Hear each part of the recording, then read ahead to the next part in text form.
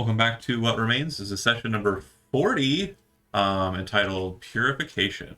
Last session, the group continued dungeon delving, because that seems like that's all we do anymore. And you know what? I'm okay with it.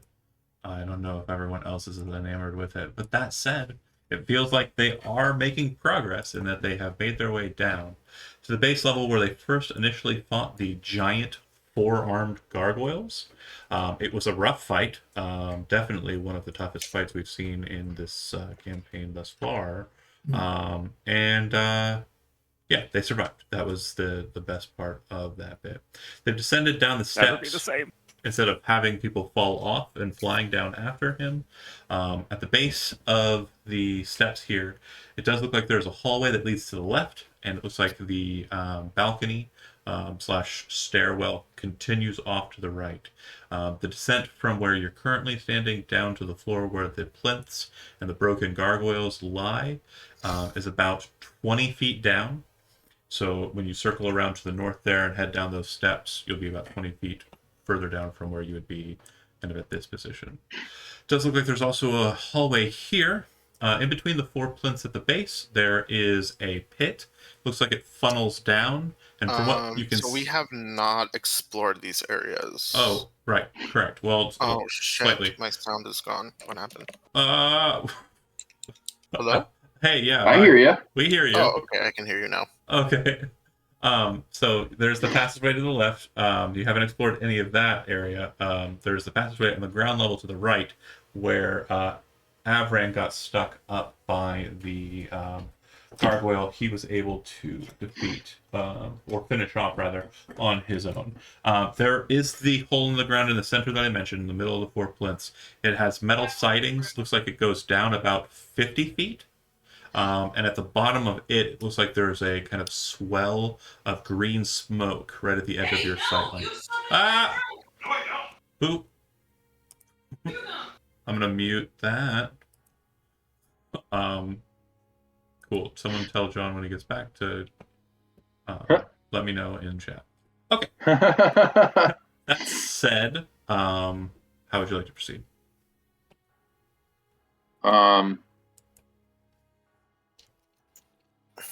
Hezrod's kind of creeping around, but he's keeping his spear and shield at the ready. What's down this passageway? Is this where we came from? We came down a staircase. So what's down this way? We don't know. That looks like spider webs or something. Be careful. Oh, Yeah. I'm sorry. That looks like spider webs. Be careful. It does look like spider webs. It looks like the area beyond is dust covered. The webs look like they are very ancient. Doesn't look like they have anything in them. If you've ever been in kind of like an old attic space, that kind of like large kind of fleece of spider web is what you're kind of looking at there. He kind of looks around at the others, and then he kind of gives them a nod, and then he kind of creeps forward, and he clears the spider webs with his spear. And actually, he's going to cast light on the spearhead. Okay. He's kind of leading with it. Again, it's not dark down here. There's emanations still kind of glowing throughout the space, but yeah. Oh, okay. Light's fine. Yeah, it looks like it's still dark and we're only getting illumination from ourselves in roll Let me 20. double check.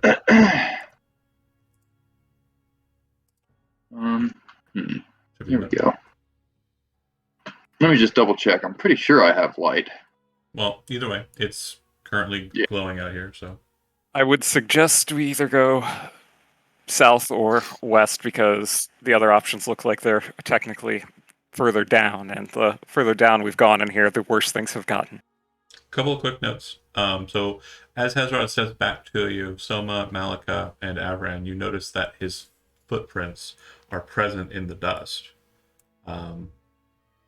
There hasn't been a hard reset yet in recent history. If I use my not Apple Watch, what time is it?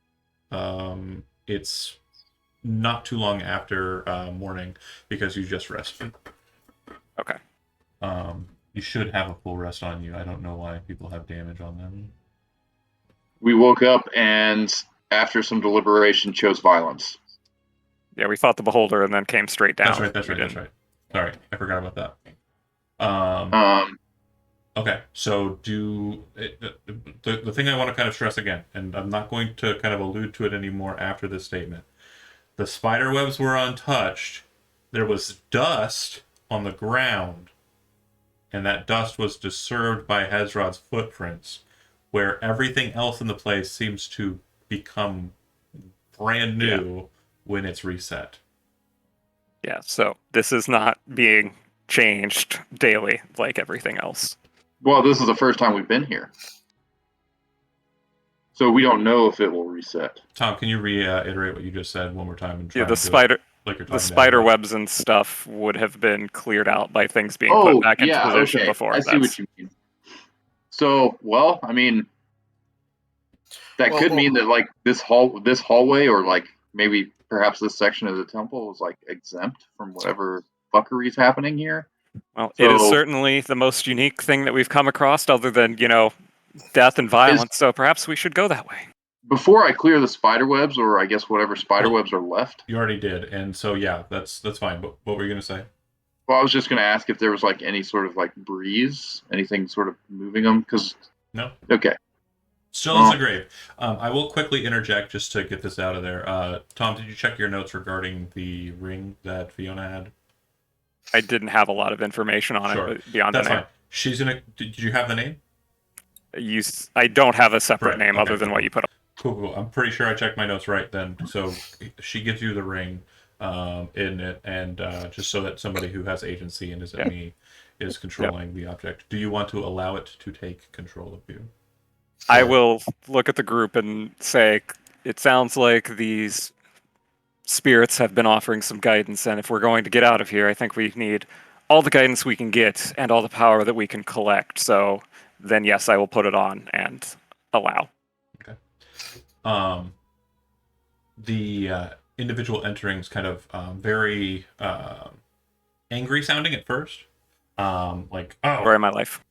fine, I'll join you, and then kind of enters into your mind. And then after doing so, you hear more of like a sweet, angelic voice in your head. Apologies for the roughness. Thank you so much for allowing me to join you. I am Fatis. I will aid you as best I can. I sense my brethren are with you in that Well, one. Good. others we didn't exactly get a good impression of, we'll say. Good. I will aid you where I can. Um, All right. as Hezrod's like continuing forward, he's kind of like talking quietly to the spirit of Kernabosk, Mhm.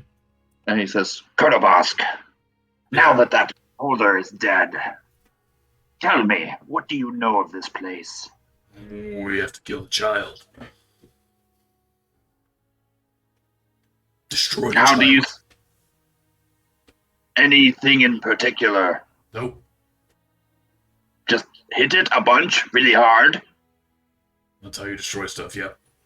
Okay, Preferably with lightning or thunder. that I can do. There's this strange music that kind of plays in your head when he says thunder.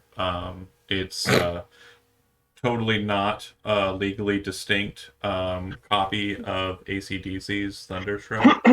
But Thought that he was does- going to hear something like Thunderstrike, oh, which is also legally distinct. Yeah, fair. It's a thundery song. But yeah, you move towards this passageway somewhat. You can see that your footprints are being kind of left, but as you're kind of taking tiptoe steps, it's not as noticeably present as Hezrod's. When you come down to the divide, you would see that there's a path right, path left. The path to the left looks like it continues on for some time and comes to a dead-end door. The door in question looks like it has no mechanism and is a complete white sheet of marble. On the other side, you see a glowing blue mirror. When you step to look at it, you see yourself, and standing behind you, an 8-foot tall female humanoid creature that appears to have aspects of bear and 4. That you? I'll ask in my head. Interesting. You see her kind of like moving about, like kind of looking at the mirror and inspecting herself. It is indeed. Any idea what that might be? I don't know, but I'm interested. Do you move towards it? Let's see here. I will approach slowly, Okay. checking for traps along the way. She doesn't seem to move. You actually notice as you're moving, she doesn't appear to have legs. Those seem to be kind of just not present. It's very strange. Kind of moves like almost like a character in a video game in like no clip, like just kind of like glides behind you.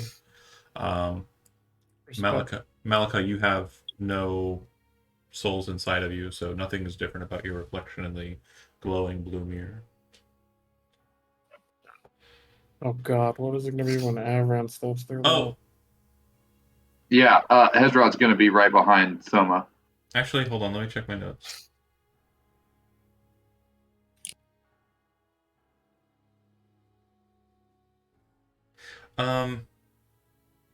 Malika and Soma both make a perception check.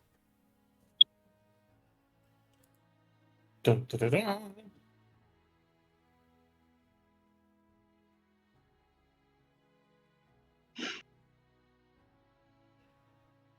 $12. Okay. So neither of you see it. Yeah. Hezrod, you step in behind. When you enter in, you would see a figure. It appears to be a humanoid figure, but it appears to be an elemental made out of dark clouds with lightning eyes and just kind of pulsing bits of red kind of weaving through it. He's kind of like awestruck by like this vision. Yeah, if you turn around and reel like away from the mirror and look, there's nothing there. But yeah. He says, "Konobask, is that you?" So it would seem. I don't like this. Fascinating. I don't like this. Avran, do you walk out? Yep, You currently have 2, right? I have several. 2 in you. There are none that are. You have others, but they're not in you, right? Oh no. Yeah. Oh. Yeah. No. So you would I see thought- a humanoid figure, kind of serpentine in kind of just litheness, with a skull mask for a face. When they turn their head to kind of look at the mirror, you'd see that there is no head behind the mask. It's just an empty space with a mask kind of floating. That appears to be Ragdoll. And then the other one appears to be just a serpent entirely, kind of moving behind you. The serpent in question appears to be banded. It's black and white, kind of striped. Okay. And they both kind of just glide behind you. Did we have any? Did we find any sort of like script or riddles on this level yet? Not yet. Okay. Hezrod kind of steps up to this juncture. Ragdoll would say, I'm interested. This is very peculiar. And then Aura would say, I am as well. I've never... It's not how I remember I look. Are you the snake? Mhm. Oh, are you the snake or are you the one with the skull mask? The one with the skull mask is the one who doesn't remember themselves looking that way. Ragdoll's the one who is just interested in the skull mask. Gotcha. Okay. So you said it's like a blue, like a glowing blue mirror, or is it Yep. like a glowing? It's Okay. about 8 feet wide. It's about 12 feet tall. And as you kind of get up to it, like the reflection is very crisp. But what you're noticing, what you're detecting is the mirror isn't actually solid glass. It appears to be like very lightly rippling water. He passes his spear through it. Okay. As you do so, you feel this very strong surge come about you, and you feel this presence kind of rip past you from behind. In the mirror, the others watch as Colonel Bach's spirit is thrust into the mirror. For a second, you see him looking back at you, and then he just seems to kind of like fade away into darkness, or rather, Colonel Boss, no! into the background of the mirror. Is his, like, when he says Colonel Boss, no, does he hear any, like, voice or anything? Mm-mm. Malika, as you're kind of letting Fiona pass you by, you hear a voice behind you. Do not approach it. Malika does not approach. Let them do it. Malika lets them do it. I will step into the room to take a look, but after seeing that, I will be cautious of getting too close to the mirror from inside the room, trying to see if there's a mechanism or something attached to it. There doesn't appear to be any kind of mechanism, writing, any sort of anything that seems to be denotative of a clue as to what's happening here. You would hear the voice of Fata say, I trusted Kernobos despite their impetuousness. If they are gone forever, or bound in some way, I would very much like to go with them, to aid them in whatever hell they've been sent to. Yeah, I was going to follow up with, like, Hezron would have gone after him. Oh, no, you wouldn't have, because you would have hit the water and it would have slammed like a mirror to you, and you would have fallen backwards. So that does happen, but like... Start beating on it. Yeah, like, and it ripples occasionally, but it doesn't seem like there's any effect. Steps back, points his spear at it, and casts Eldritch Blast. Okay. The second you do, go ahead and make a charisma saving throw. With a +4.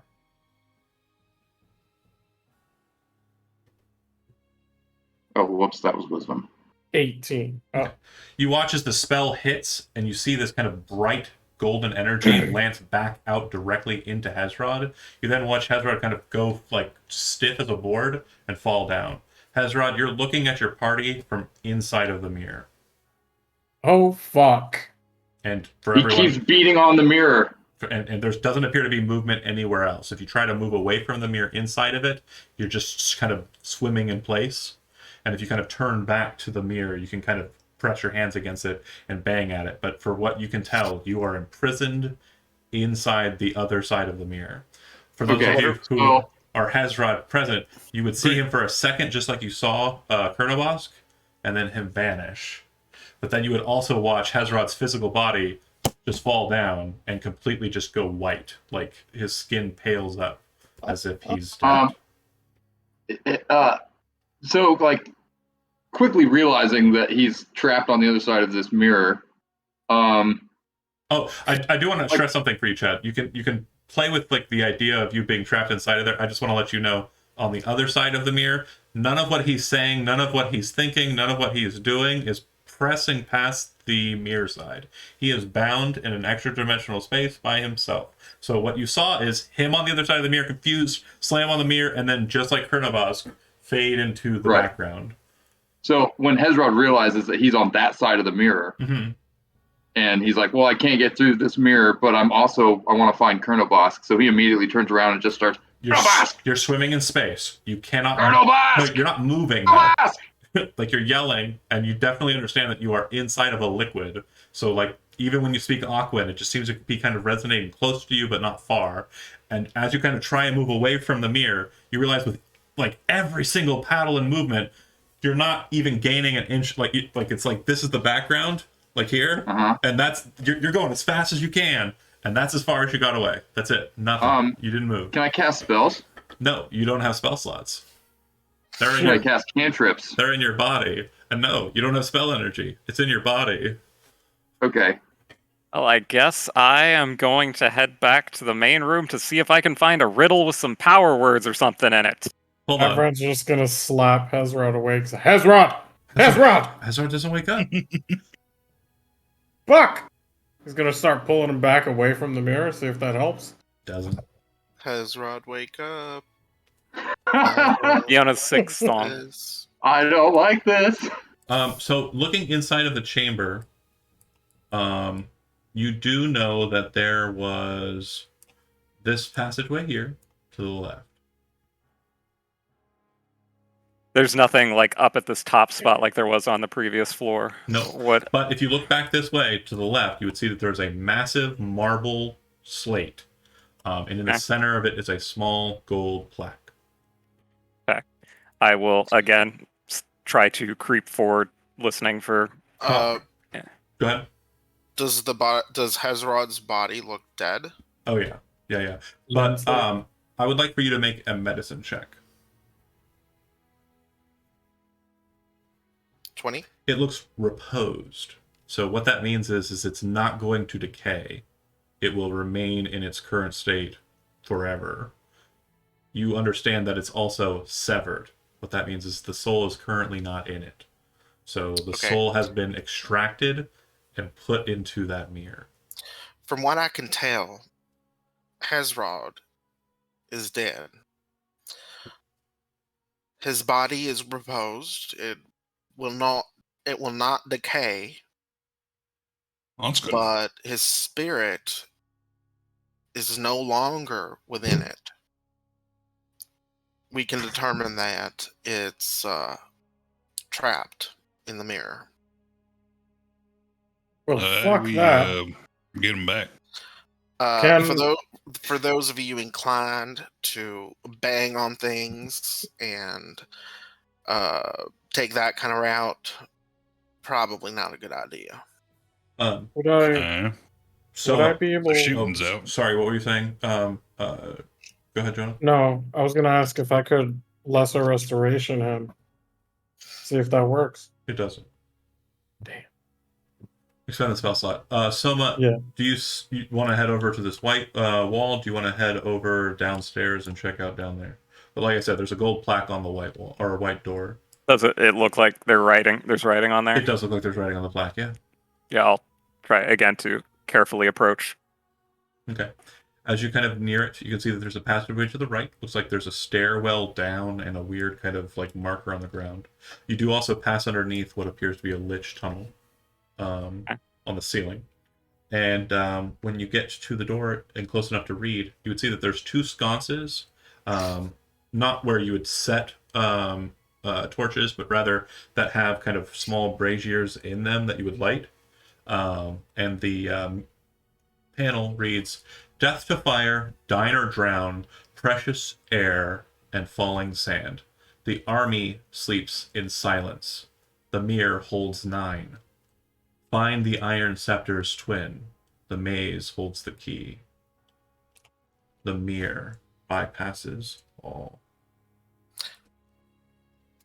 Could we say that somebody wrote crap. that down? Oh, thank you. I'm sorry. Wait, am I muted? No, No. you're not. No. Okay. Did you say lesser restoration did or did not work? Did not. Did Why would not. that work? That's what I figured. But Yeah, I just want to make sure I understand you understand the metric. His Yeah. soul was removed from his body. Yes. Okay. So restore it.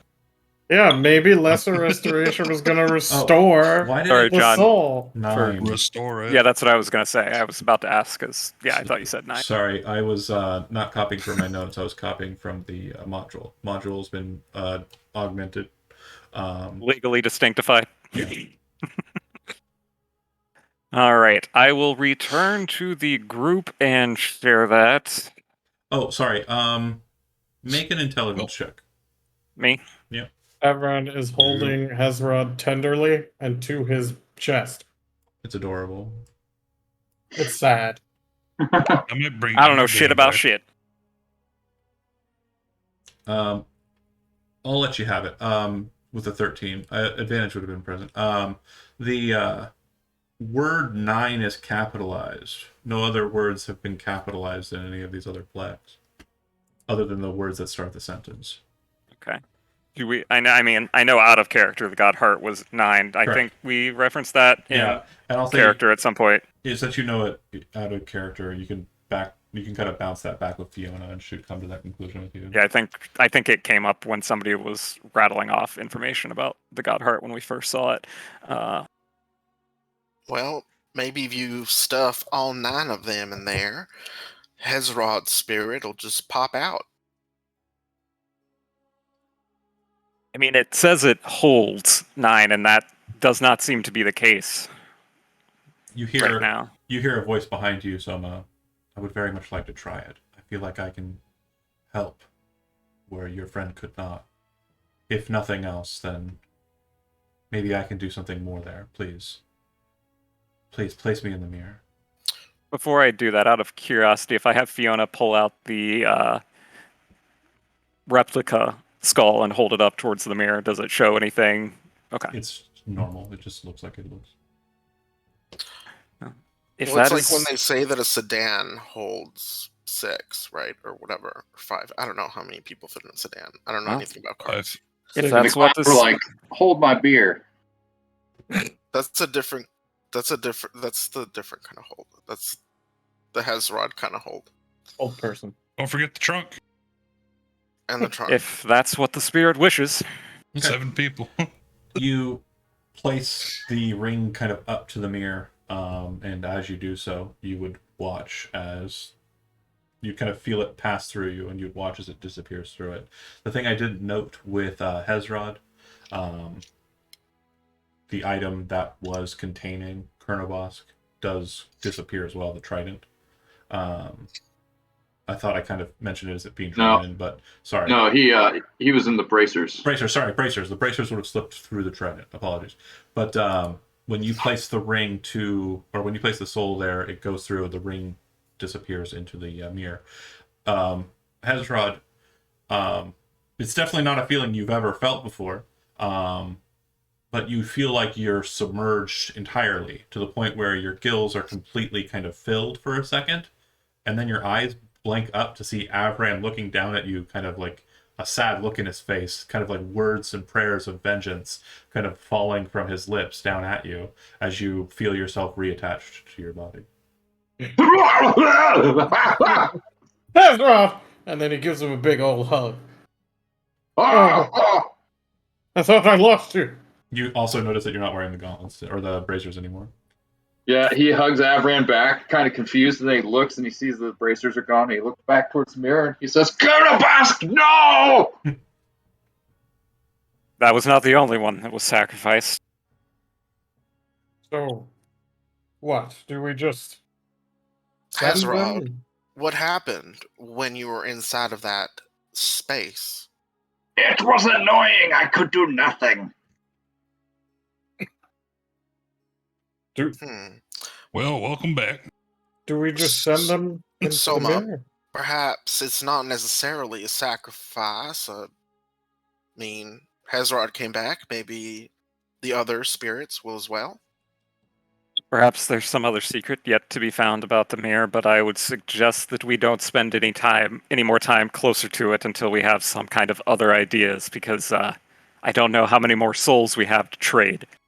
Hezrod actually starts trying to crawl back towards the mirror, and he says, no, I must get Kernobosk.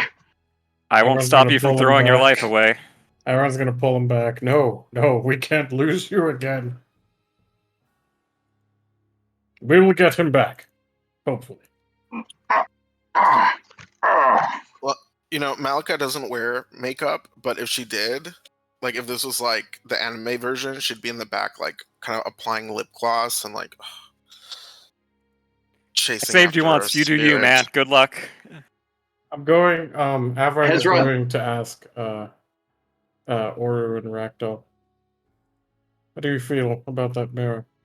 It's Seems bad. It's interesting, says Ractal. I'm curious. Oru says, I think I understand. Do you wish to go in?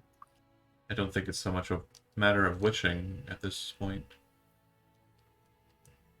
I understand. So- Everyone's gonna do it. Look at it After closely. Avran kind of holds Hezrod back, Hezrod like kind of takes a moment and like calms down and trying to collect himself, and he's just like, what would Golradir do? What would Golradir do? Okay.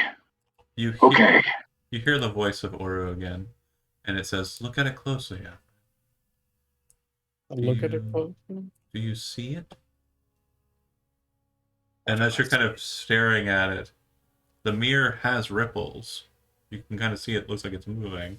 But what you're noticing is that it also appears that it has sections. Looks like the mirror is actually 9 small ponds.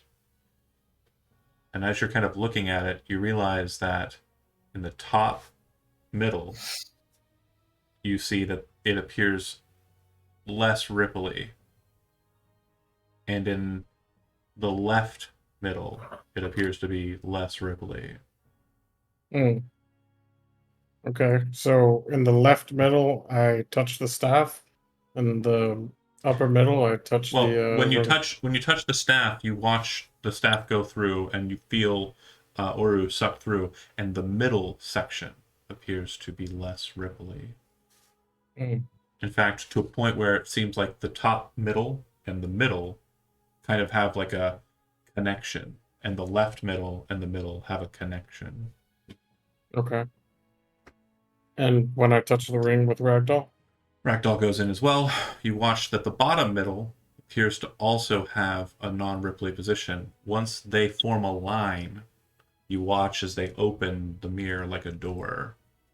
Beyond, you see mist, kind of a yellowish mist present behind where the mirror was. Hmm. And the mirror is not fully open, yes? It seems that the two sections that were left kind of push inwards. Okay. They are still Could I present, but they're still where they are opened. Okay.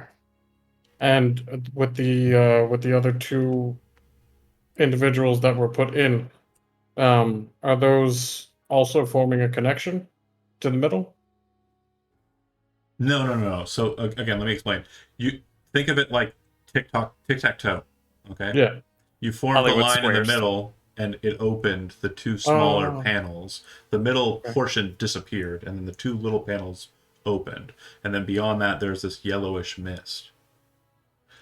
Looking at the mist a bit closer, you can see what appears to be like a bunch of skeletons kind of like broken together, kind of like just squished together in a door-like pattern behind the mist.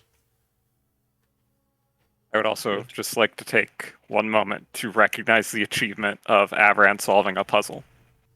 Yeah, he's he's definitely grown as a person. And it was mirror related, and he is not the one that died. Yes. I win! It's amazing the character growth that can happen over 40 sessions, I guess, right? Character fucking growth! I believe that's what we call an arc. Look at that. It's not the story arc you were expecting, but it certainly is one, and you got it. I'll be honest, it's a bit satisfying, actually. The more I think about it. You hear that, Twitch chat? I've grown! So, do you wish to progress through the mists, or do you wish to not? I will wait for everyone to come. I will let them know of the progression that I have found. And I'm saddened to say that I am now Oru and Ragdoll-less, but we found a new way. Well, we still have that mace. Oh, yes. Did I have it? No. No, we already opened the door. Yeah, but we also now have no voices of guidance. Also true. But the person in the mace was a dick, and they attacked us when we came upon their tomb. We don't know that it was him. You know what? True. Let's let him on in. I'll do it, John. All right, who's going in the door first? Avron, 100%. And is anyone? It's wide enough that two people could fit through side by side. I was gonna grab the spooky mace that we picked up a while ago and let that spirit in for. Okay, you put it into the mirror. It seems to specifically kind of magnetize towards the left bottom, and it goes through there. But yeah, the passageway being open. Avran, you're going in. Is anyone going in by Avran's side? Ezra, the homie. Is I Chad? learned the lesson not to just jump into stuff. Okay. So I'm assuming it'll be Hezrod and Avran going in Chad, you first. are muted, though, if you're... I think he wandered off to Trying. smoke. So I will go in behind him. Okay, and then Malika, are you staying towards the back? Everybody has left us. Everybody has left us. Okay. I mean, they saw Avran solve a puzzle. I'm There's here. no further achievements to be done. The campaign's Sure. over. We We did It's it. over. We won. Avran has We did. brought. Yeah, the game's over. Actually, this is a satisfying end narratively. I think. Thanks for watching. Those that did. Avran solved a puzzle. It took 40 sessions to do it. It wasn't the first time he's come up against mirrors. It will be the Next time last, you as didn't this is smash it. this is the end. That's it. We are going to start a new game next week. Yeah. We're all dead. We're Fuck all you, dead. mirrors. Anywho, Fuck you, woke mirrors. I'm gonna go ahead and say Avran, Hezrod, the first two, Soma, and Kel as the second two, and then our Warlock Sure. pair as the last two. Oh, Fiona's a The wizard. Hex Sisters. The Hex Sisters. Fiona's a wizard. Everybody can hex in this group. Well, I'm actually a Hex Sister too. Everybody can hex in this group. Okay. With that being said, bear with me while I do a bit of setup. Hell yeah. Also, I thought Fiona was a wizard. Still a Hex Sister though. Oh, I see. Oh. There's darkness everywhere. Yeah. I cannot see. Oh, Once again, story of my life. Sure. So I'm assuming this is magical darkness because I can see my health bar but nothing else. There is no magical darkness.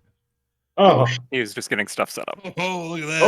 Oh, so that wait, is Again, what did I amazing. miss? No role playing. Just if someone catch chat up real quick while I continue. Yeah, Avran solved a puzzle by putting more of the spirits of the Godheart in the mirror. It opened up into yellow mist with a skull door. We walked through it, and now I'm assuming that we found the baby. Yeah, baby. The baby with the power. Oh, shit, Again, there is a Chad, giant just baby. underscoring, Avran solved a puzzle with a mirror and didn't die. That's a True. big baby. Yeah, he also brought me back to life. Oh, wait, That was also me! true. What the fuck? Oh, as far never as mind. as far as Hezron knows, Avran did it because he woke up in Avran's arms. God damn it. That's- True. He used the Hold power on, Avran, hold on, Fuck wait, you. stop talking for a second. There it goes. we love it. Okay, music is cued. Avran saved I the was just day making- I and could- as God well. damn I couldn't hear it over everybody talking. I just needed a second. Fuck. So Okay. Soma used the power of friendship. As Yeah, Okay. Anybody It was else Avran. have anything they need updated on, or any questions or inquiries? Yes, is that the baby? We'll see. So, as Okay. you step in through the mists, the door seems to move past you, like so much just imagination bypassing you mentally and bypassing you physically. You step through down to some steps. You're immediately greeted by a sense of heat, more humidity than anything else. Before you, you see a very strange contraption that appears to have a number of massive iron tubes connecting to a massive cauldron that seems to have a fleshy umbilical cord coming up out of it and moving towards a massive humanoid figure that some of you recognize if you saw it, and some of you don't recognize having never seen it. You'd also see It's that the Avran. cauldron appears to have 4 large tentacles. One of them comes up kind of near where you are, but it doesn't seem to move. It's more a root than a tentacle, but it's also more fleshy than a root, so it's not exactly a root. On the strange platform in front of you, you can see that it connects to 2 balconies, which don't appear to have any means of you getting to them in a physical manner other than running up the pipe that is near where you're located. On the balconies, you can see tall jugs of an ancient Osirian style. Try and kind of mentally picture like Greek pottery ware. All with different kind of iconography and markers, doodles, and storytelling drawings on the exterior. On the far south side of this strange chamber is another balcony. This one has a bluish smoke, not too dissimilar from the yellow smoke you passed through to get here. This looks a little bit more permanent, however, as you step through the smoke and turn around to look behind you, you see nothing besides the door you passed through, the skeleton door. It appears to be made of the bodies of hundreds of people pushed together and kind of formed to wedge inside of the doorway. It doesn't look like there's any mechanism for you to open it. The other thing you would notice is that behind Malika, as you enter into this space, there's a massive black angel silhouetted behind her. The other thing you would notice about this chamber is that the baby seems to float over a massive pit, and the pit appears to have boiling blood all throughout the bottom. Neat. Proceed as you wish. Hezron immediately says, "Where's Kernabosk?" And then he casts There we baited, go. There we Nice. go. baited conflagration at the baby. Okay. Can I heal myself real quick? Settle up. Beta Conflagration's what level spell? It's third. Cool. The spell fizzles as it kind of gets near it. It seems that its divinity just kind of consumes the magic. Okay. Does that count as a miss, and do I regain a third level spell slot? It does not count as a miss. It counts as a spell being cast. Oh, fuck. The spell has no effect, but the spell does technically succeed. Damn. Malika, as you kind of Actually, notice, it's a spell attack. Should I roll the attack roll? no. So let me explain how the resistance works, the divine resistance. If a spell targets it, the spell is considered successful. It just has no effect. So, yeah. If it's 5th level or lower, just similar to the Hecatoncheires that you fought. But Malika, Yeah. the black angel behind you whispers, "I can make that stop if you really wish to destroy it. However, that won't serve my ends here." And again, these words are for Malika only. You can see the frame that is present here, but you cannot hear it. Can you repeat that? He said, "I can make that resistance go away for you if it's your wish to destroy it. Its destruction will not fully serve my purposes, but I will allow it." Internally, telepathically, Malika will give back, "I'm here to serve your purposes." Fiona kind of turns to look at you, and unfortunately wasn't here for this, but I am going to role play it out as I expected it would have gone. Fiona, kind of startled, seeing the silhouette, kind of begins to ask questions, or starts to try and ask. The dark frame then speaks, "No." Reaches forward with its silhouetted hand, grabs a hold of Fiona's head, and pulls. As it does so, you watch the circlet is ripped out of her head. Not physically in a violent fashion, just magically kind of pulled out of her head, all of the eyes dissipating, and her kind of like grasping her head in agony as all of that knowledge is kind of torn from her. This has been a really shitty 15 minutes. It drops Yeah. the circlet on the ground. What the Hezron fuck? now notices the dark angel and is super fucking confused. Malika looks sad. He doesn't know what to do. So we all see the angel. Oh yeah, well you see the silhouette of it. It's Silhouette, just okay. solid black frame. It kind of like pulses and moves like So shadow. it's like kind of a more indistinct. Like we don't see any distinguishing features. Think of kind of like if physical light like kind of were dark and there. Got you. Yeah. All right. Malika, what sorcery is this? It's our patron, Avran, and mine. Your patron. Why is he here? You hear when you say your patron, you hear a response. "No, she spoke correctly," from the shadow. Avran, Avran, what have you done? you know that we do not serve a deceiver. Malika, tell Avran's friends why he no longer resides in the body of an undead. Avran struck a deal with our patron. If silhouettes could smile, this one would be. What is that may be? Oh, it's not that it may be, Avran. It is There is no glory in deception. I don't think you understand, Holy Swordsman, what me and the midwife's goals are present here. You wish to destroy it, thinking that that will matter. It shall not. And if you wished to do so, it would serve my ends. I would allow you to do so. But it would be much easier to make it my own. I do not like this. Not one bit. Then why did you lead a midwife into this place? For purification? You cannot purify death. Allow me to demonstrate. It floats through everybody, and as it does so, its hand kind of lifts up in the air, and you see a spiral of disembodied eyes kind of float over its palm.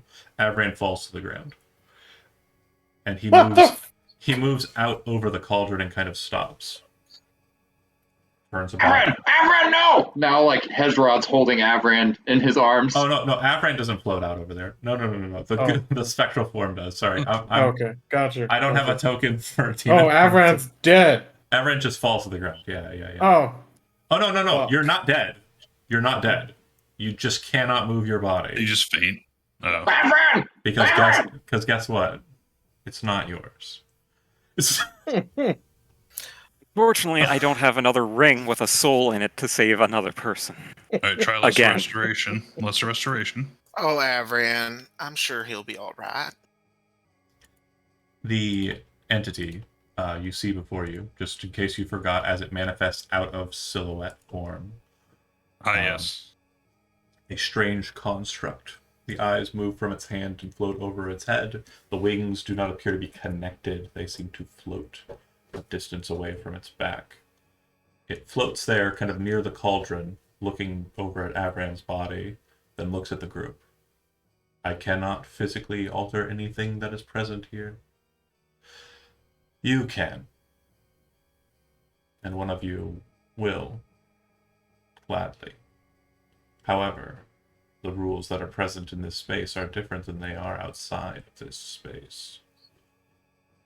If you try and bar my servant from her goals. Avran jumps up to his feet and braces his sword in a stance you've never seen him in before, and kind of locks it down towards Hezrod. Am I still holding on to him? Oh yeah, he pushes you off and like immediately jumps into a sword stance that you haven't seen before. You see Duron kind of make a strange mechanical skullish grin as his teeth kind of manipulate inside of his mechanical mouth. I will kill you all with a holy sword blade. He's his like at Hezrod's eyes. He like is glaring at Duran, and then he's like looks back to Avran. And he says, "Avran."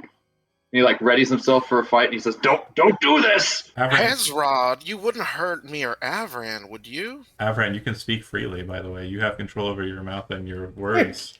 And you're fully conscious, by the way. You realize what's happening to you. You are being, at the very much molecular level, puppeted by Duran.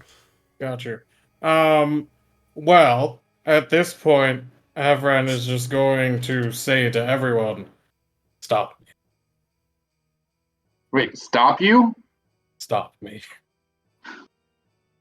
From doing what? Avran, I think you're being a little bit dramatic. Perhaps this isn't my place to speak, since I, at this point, still barely know most of you and have no real interest in any of the things going on at the moment, but I would just like to illustrate that we have what is apparently an incarnation of death, a shadowy figure that can puppeteer at least one of us, and a pit of boiling blood. I don't think this is the time for infighting. We can deal with all these betrayals and concerns and histories after we get out of here alive, but I don't think that trying to fight any of these things is going to do anything for any of us. We don't always... Hezrod casts Booming Blade on Avran. The extremely awkward arms of the creature kind of move up and kind of get placed into like fingertips as the fighting happens. As the booming blade is about to be swung, you see as he kind of puts his fingers there, Avran's body just falls limp like a puppet. Oh. And you swing and just like straight over arc him, and the strange demon kind of places his fingers in front and says, "Ah, you have a desire to live. I do so much like to hear what it is people wish in concordant pacts. It looks to Malika so much easier to understand what one is willing to do when you know what someone wants." Looks back to Soma. "You wish to live, and I wish for this thing to come with me. Let's strike an accord. I'll allow your friend agency." And you see, Avran, you can feel control coming back to your body. "And I will allow you all to leave this place alive. With no binding strictures. Do you wish Before for anyone. anything else? Or is that more than enough for your end of the bargain?" You will release What me. do you? I don't know how wise it is to allow Avran If he choice over his decisions. if he No tries offense, darling. if he tries to stand against us, I can change the nature of it. But Agreed. he has sworn himself to me. If a part of your side of the deal is allowing him his freedom of that pact, since he seems so cross about it, we can put that into the deal. Oh, you hear that, Avran? You could be free. What are you gonna do with the baby? The baby is one aspect of a being that should not exist. You gonna destroy it, or? Of course not. I will use it. I'll look back at Malika and I'll be like, "Is that a good thing, or?"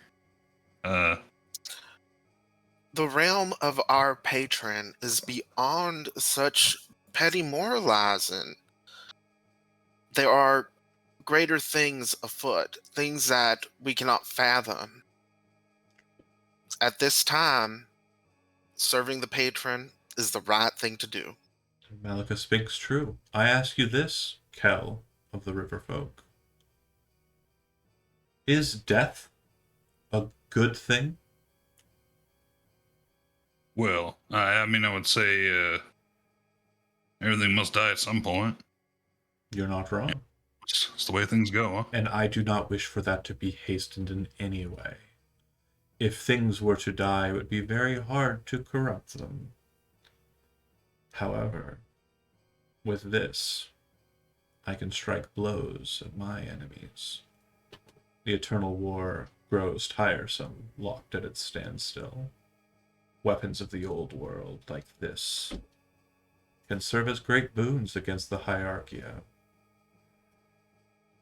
What is that? Obviously, That's an out of character question. the Triumvirate. hierarchia requires a religion trained. If you have religion trained, you know what it is automatically. Nope. Do you? Okay, I do. The Shedim is the demons, the demon princes, who are ruled by the arch-trained Luciferal. On the opposite side of that, you have the hierarchia, which are the seven virtues. The angels, archangels, good and evil. Yeah, he's trying to break that balance and create chaos. Yeah, chaos and law don't give a shit about good and evil. So this is definitely a balance-breaking move. Hezron thinks for a moment, and then he says, "Release Avran from your horde. Take your prize and be gone." So I have someone saying that this would be a fair arrangement. Since you were the one who brokered the deal, Shigeri Soma of House Daigot, I would like for you to consort with all of yours. Please. make I sure know that that they all agree, or I Alright. will not allow them to be privy to the rewards of this. Uh, I all suspect right, that group huddle. many of you have lived some sort of a charmed life if this is unpalatable to you, but we don't always have a good decision available to us. I know that this may not be preferred for many of you, but I think it's probably preferred to dying for no reason and having some other puppets used for the same end. As Hey, you're, John. as you're kind of gathering together and speaking, there's a disturbance from the blue smoke wall. It kind of starts to glow. You then watch as the demi-lich head kind of comes out of it. Immediately upon it appearing, you see Duron's frame spin about, just like very quickly, just turning about, and he says some words that sound very evil. If you speak Infernal, you hear him say, "This would not be the first time that I've bound you, Planeswalker." And he raises his hand, and you watch as the skull breaks into pieces, the gemstones flying into the blood. I Then- would suggest that that is further evidence that we do not really have Uh, a choice. See, For the record, Hezrod has agreed to his terms. So just to make sure this is clear, he will take the baby and go do whatever the fuck he plans on doing with it, Mhm. and in return, he will give Avran his agency No, back. no, better than that. He will give Avran his agency and let you live. Yeah. With no further, Yeah. with no additional strings. Now, is Right. there anything else in that accord that you would like No. to put out, as you are currently standing at the base of a tomb you cannot escape from? We would No, also like to be That's- able. No, Chad. We would like we would to also stay like here. to be able to leave. We would like to be out of here. Okay. Oh, That are needs you? to be spelled out explicitly. Otherwise, we're going to be down here and have to find another way out. Yeah, those are very, very, very important to figure out. So Man, I would have never thought of that.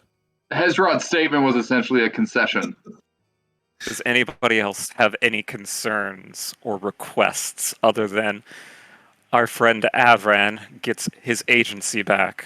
We are allowed to live, and we are released from here back to Knock without any further strings attached to the deal. I think that's a good bargain. You know, It's certainly better than being murdered by a demon prince or whatever that is floating over the pool. yeah. I don't want nothing to do with that whole thing. And he just kind of traces it with his arm. Make Is that go away. is Fiona still conscious, or is she just in agonizing pain, keeled over, spice girling, whatever? For simplicity's sake, she's just out of it. Yeah, I don't want to roleplay her, and I don't want That's to fine. have any Yeah. kind of say in it. But Isn't it? in it would Yeah, he probably just doesn't want be to do the voice. she will say yes, anything to get out of here. That's fine. I don't care anymore. Ah. I have And a I assume, of question. course, Malika, that you are in agreement with your patron. Is the circlet gone? That goes without saying, Soma. It's not. It is laying on the ground. Do you want to put it back on her head? I'll pick it up. Won't put it on her head yet. Okay. I'm just here to Make a note of that. allow the babe a Aye. process through its canal, a birth canal, if you will. A contract is a contract, and nothing should be inferred or implied. I only ask for Understood? confirmation. It seems to float over top of the child, kind of looking down at it. It looks over its shoulder as you're discussing it with Malika. She will not need any protections in this accord, he says as he kind of goes back to looking over the child. As I said, a contract is a contract, and I want to make sure that all terms are understood. We haven't heard from Avran yet. Question, John. Yeah, fire away. The umbilical cord is feeding nutrients into the baby, right? It seems to be feeding it something, yeah. Okay. Dare. Okay. Okay. Are you gonna Leroy Jenkins? Mm. This shit? Is Thinking he about is he it. eyeing the umbilical cord? Thinking about it. I Thinking would about I would say that if you're turning to look at Avran, you can make an insight check to see what he's kind of doing. My insight sucks. Yeah. That's one. He looks angry, but you don't know what he's angry about or even focused on at this time. Hey, But it. no, don't do that. Why are Can I you do so angry, Avran? Just agree to the deal, and everyone gets out alive. Everyone Yeah, gets to go Avran, home. Avran, I think understand. it's in yours and our best interest for you to do that. Avran, I understand There, your fella. concern, the distaste for this, but you're coming out ahead. And in life, we cannot always make a perfect decision. In certain situations, you have to make the best decision available at the moment and make up for it later. Oh, Avran will gladly trade with the Demon Prince for his own benefit.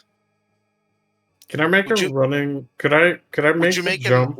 would you make up for that today, Avran? So And Avran, fight? you can run up the pipe and try and jump towards it if you'd like. Can I make that jump though? You could probably. You could try. Do you want to make an athletics check to do it?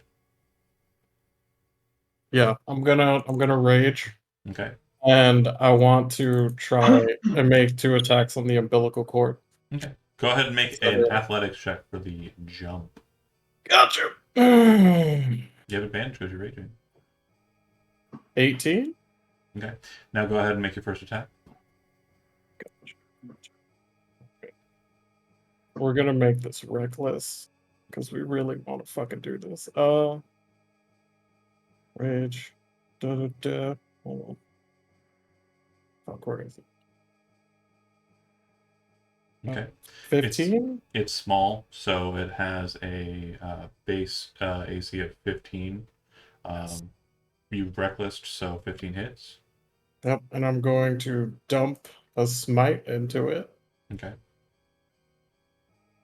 The smite won't actually do anything. Oh, won't do anything. All right, I'll still get rid of this spell slot though. And I Are love you treating Chad's the expression. Are you treating the smites like No, spells? it's immune to radiant damage. yeah, it's immune to radio. And then I guess I'll go for the second Okay. attack. Yeah, that Damage. hits. Okay. Even more. Avran rushes up the pipe, jumps onto the cauldron's lip, and then slashes the blade down at the umbilical cord.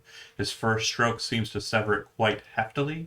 A strange blue, like glowing fluid seems to shoot out of the materia, and also seems to be boiling up now from the cauldron. It overtakes you in that first swing, and then the second swing strikes down and cuts the umbilical cord purely, dropping it clean off. You then feel 100 voices filling your head as you realize what this substance it's supping on is. Souls. Yep. In liquefied form. I need you to make a wisdom saving throw. Got you.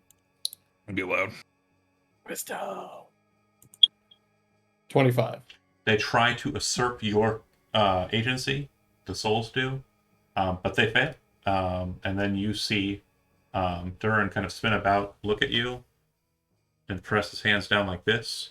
causing Before I you- die. No, you're not dead. You just Oh. fall. You just fall down onto the lip of the thing. You're laying Gotcha. on the edge of the cauldron. You still have your I'm just- agency. Avran's just gonna say, "Fuck you, Belcard." It's so cute how you think he's gonna let you just be free in death. You can Aw. hear the voices kind of like filling out through your head, and all of them sound confused. All of them sound like they're not really saying words, they're just kind of letting out emotive cries. And as you're all kind of watching this, I'm going to ask you what you're doing, but you can see Duran start to move from the top of the Atropal and kind of glide down underneath so that his face becomes adjacent to Avran's. In that process, let's start with John. What is Kel doing?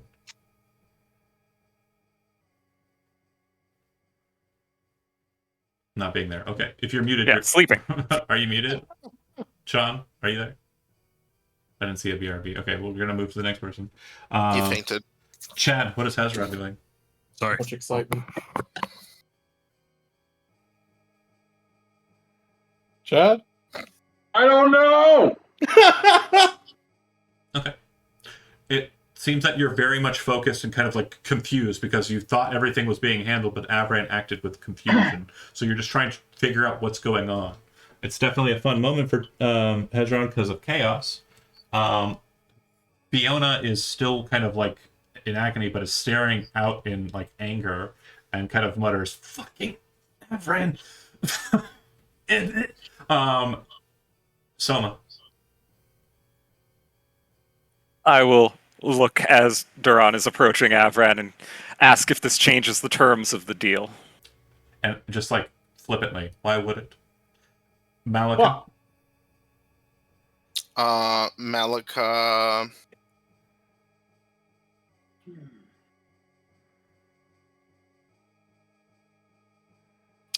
Man, I don't want to like. Wait. Kel's back. Can Kel go first? John, what were you going to do immediately after Avran cut the umbilical cord and then was basically dropped onto the lip of the thing, man. no longer having any agency over his body?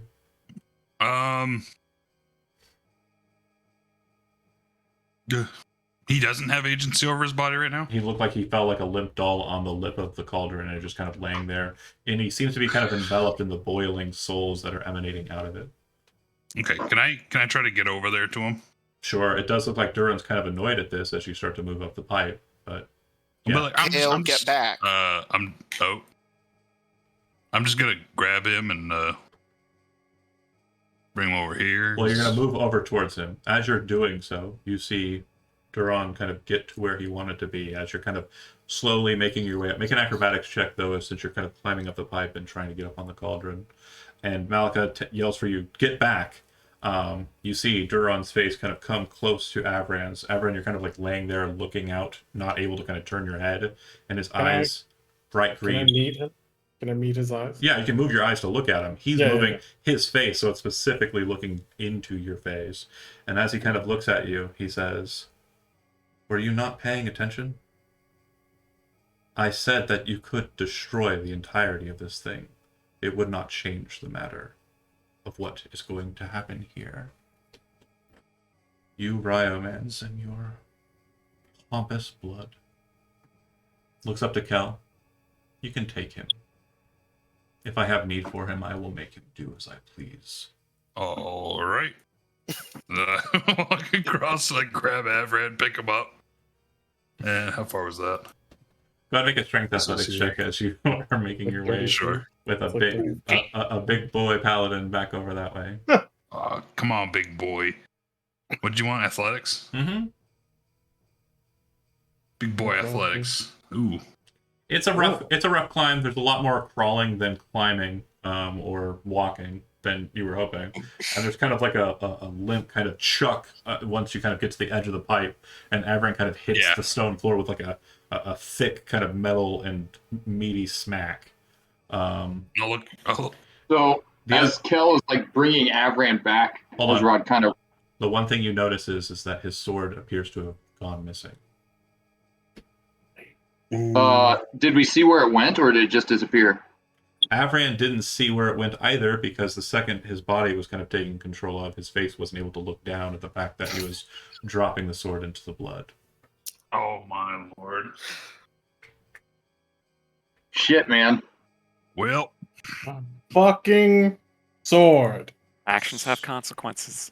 They sure do. Duran Well, kind of flies up over the souls and then twists his hand. You see Avran kind of turn and look towards Duran. Actions do have consequences. And as he kind of reaches his hands down, you watch as all of the souls in the pool start turning black. And he seems to just suck them up into himself. Hezrod cast Shatter centered on the cauldron. Okay. Hezrod, stop. What? Oh, the spell works. It you don't need to roll damage. It definitely causes cracks. You see a little bit of blue liquid kind of coming out, but then you watch as it kind of stops in midair, turning black, and starts seeping back into the cracks as he's doing the action. I will take an action now if. Yeah. You can all begrudge me for this later, but before any of us end up dying or doing anything that gets us in worse trouble, we accept the terms. To confirm, you will be freed of this place and allowed to live. That is one wish of yours. Avran will be given agency over his body, and his accord with me signed in the tunnels of the Meridian cultists under Knock will be stricken from my records, and I will have no agency over his body. And you will be allowed to live your normal expected duration. And no further strings. On my Take end, your child and leave. on my end of the bargain, due to the nature of your transgressions thus far and the damaging of what was initially promised, I have addendums. You, of course, can refuse. I will take the body as its state, and you will never raise a hand against anyone who is bound to me. If you do, you will die. I think it only fair for those that transgressed to be bound by those latter terms. I agree as well. Shigeri Soma, I do like you. You are shrewd and cunning. A quality that does not seem to be present in others amongst your number. You and Malika would probably get along well if it weren't for these adults. I would say that your addendum to my addendum is more than fair. Then let us make Hezrod, explicit who those are. Hezrod and Avran. What about Hezrod and Avran? They stood against me in this and made this process different than when we were initially striking the deal. You by breaking the soul chamber and allowing me no means of repairing the damage that was done by Avran. I unfortunately have to take this creature in a less than perfect state.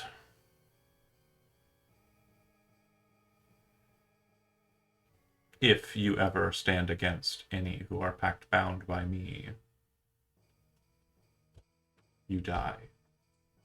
Is he casting a Gaius on me? No. That's just a threat he's going to follow up on. No, it's not a threat. It's a contractual agreement. If you mess with my pact bound, he gets to break the covenant of the Ascended to kill you. Because you as a mortal agreed to it. Outside of the bounds of the material plane. Because if we were in the real material plane right now, he wouldn't be floating here in front of you without being assailed by the Grey Order. Mm. You basically you stepped out of the safe part of the neighborhood, and now you're in the place where this angel of You're in Gary, corruption- Indiana, and shit got real. Okay, out of character. God damn it, Avran. Like I said, actions have consequences. Well, You had your big damn hero moment, and here we are. I believe those terms are accepted. They're too generous, almost, I'd say. You do not understand the power that I Unfair. will be wielding in this point due to this accord. It's more than fair. We both know we don't really have much of a choice. He did say raise a hand, correct? You would Those understand. were his exact words? You would understand that the common translation and the contract that he is signing probably means a bit more specific things. Oh, no. Do you Raise a hand was pretty specific. Do you inquire that in your head?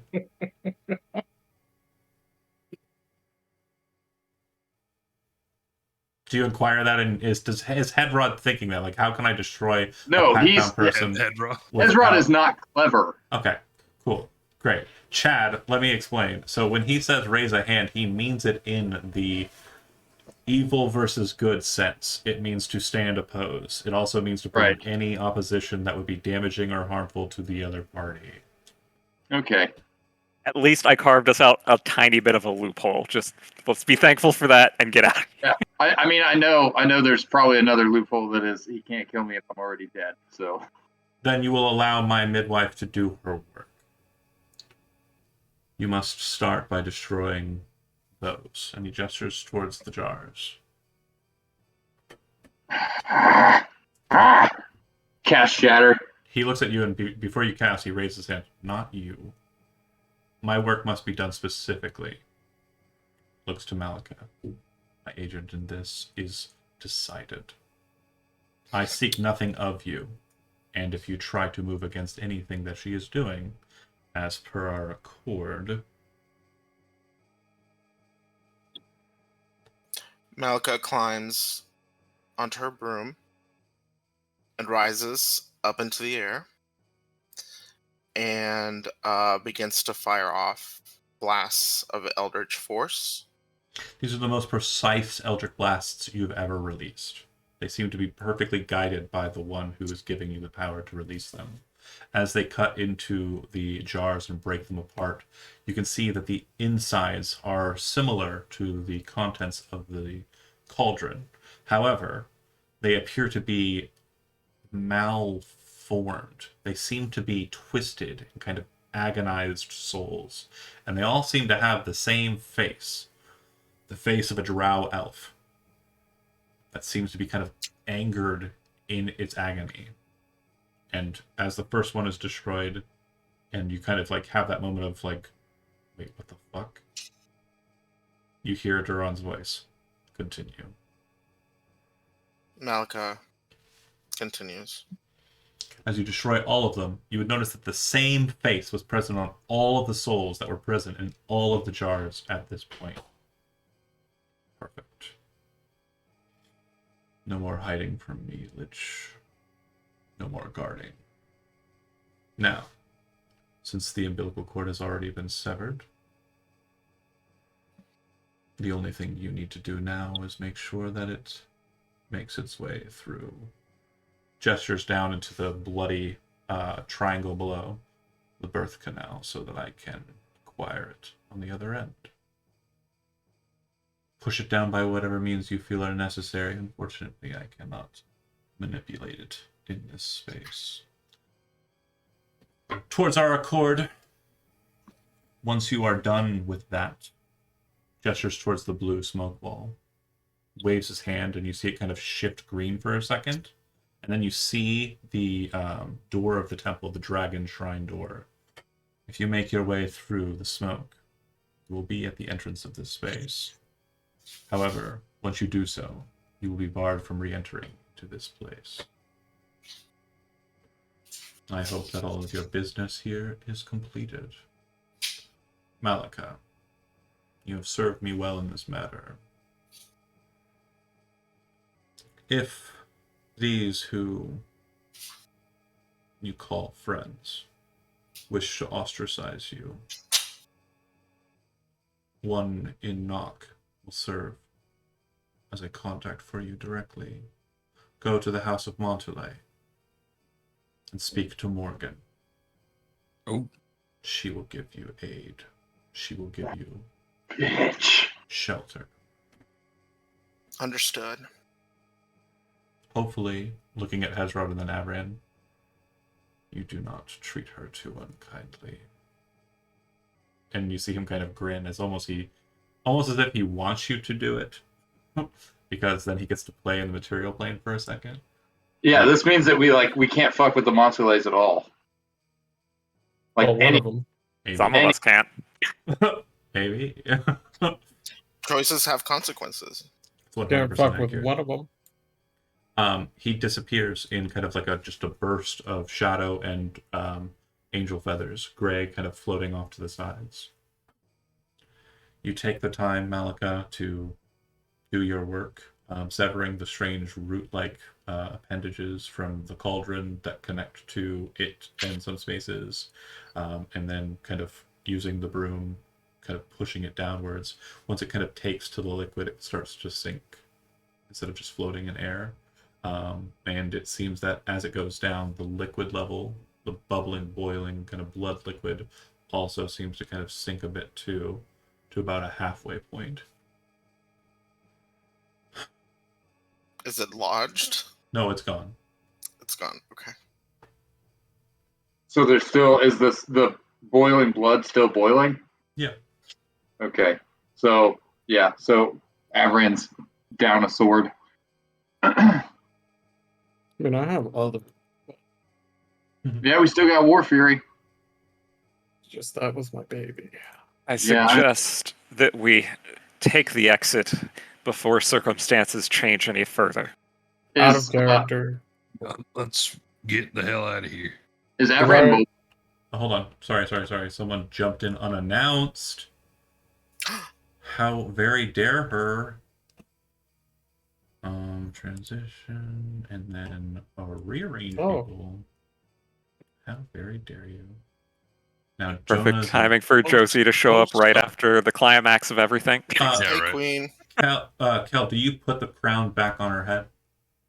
I'm gonna ask her if she wants the crown back on her head. She Consent. probably We stand. She would probably say yes. She doesn't understand the gravity of what that means yet. I will go over it once the crown is placed on her head, though.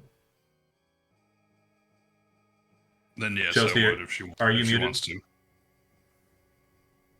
Who? Josie, are you there? She is muted. Hi, yes, I am here. So, the last thing you remember is that Avran solved a puzzle. All right. No, for real. It was legit. No, Like yeah. for real and good, Yeah. and skipped us ahead. Totally happened. Sure. Yeah, that it's a real thing, and it happened. It was awesome. Cool. We all loved it. Then you went through the mists that led into the chamber where the Atropal is located. It seemed to be at rest. And once that happened, Malika's patron appears to have entered in with her. Once it manifested, it looked to you as you started to ask questions about it, because you were curious, as is a Fiona staple. Mm-hmm. He said no, and grabbed your head and ripped the crown out of your head. Which wasn't Not like violently. not a violent explosion of like eyes or anything, but all the eyes disappeared. The circlet became back what it was, and you were kind of like mentally shocked for the duration. And now that the circlet has been put back on your head, it is a circlet of intelligence, as it was beforehand. Just very base and simple, without the strange malady of eyes. And you remember everything that just happened in this last scene. Okay.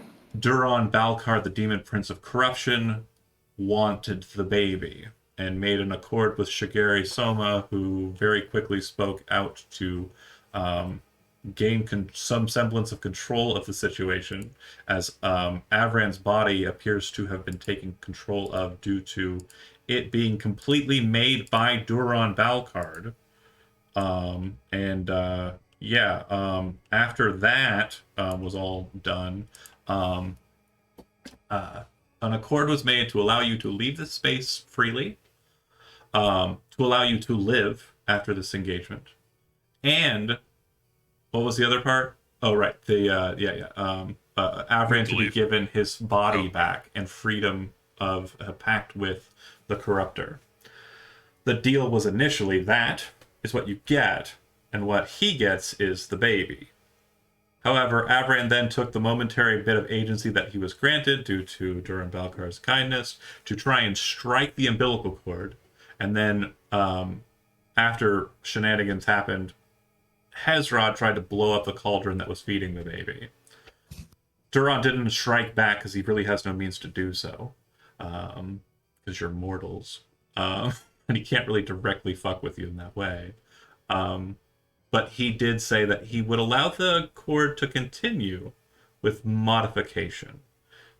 He initially said that all of you could not raise a hand against anyone who was pact sworn to him. And Soma vied for that not to be true for people who did not violate the initial concord. So Hezrod and Avran can no longer raise a hand against anyone who is pact bound by Duran Balkard. Then Hmm. Duran Valkard left after, well, kind of explained how to deliver the baby for him, and Malika did so, as it was apparently her goal from the onset to fulfill this specific transaction. Your means of escape are smoke wall on the south wall balcony, and Malika has just completed her efforts to deliver the Atrobal to Duran Valkard's gate. Got it. Let's unpack there. Cool. But did we mention Well, that Afran solved the puzzle? That shit was dope. I mean, yeah. I'm also seeing a baby, so that's Well, something. The baby shouldn't be there anymore, but yeah, we're going to be moving off of this map here in a second. Yeah, I delivered it. It's been delivered. Mm-hmm. With the deal Mhm. done and the part that Malika had to play done, again, I suggest that we get out of here before the situation changes any further for the worse. Yeah, Fiona nods. Okay. I know we have much to discuss and much to hash out, but in a better place. As you exit the smoke wall, everyone goes, correct? Yeah, I think Avran's so. like on his feet again, right? Yeah, he's totally fine. Just doesn't have a sword of sharpness anymore. Oh yeah, Let's- do I delete Let's get that? the fuck out of here. You can just go ahead and delete that from your sheet. Yeah, you're not getting it Okay. back. Gotcha. All right. So moving us back to the open map and kind of changing the music to something a little bit more somber. Sword. You step out into where you were told you would be delivered. You're right outside of the doors to the temple, the dragon shrine, where you fought the mineral dragon and defeated it. But you all stand there, slightly altered, slightly changed for the worse, but no longer in the temple, and you know you have no means of re-entering it. Am I cold again? Sorry, apologies. One last note, and I want to make sure this is poignant because Elizabeth said not to forget to mention it. When Duran finished the transaction, he said to Malika out loud, he said, if your friends seem to take, they're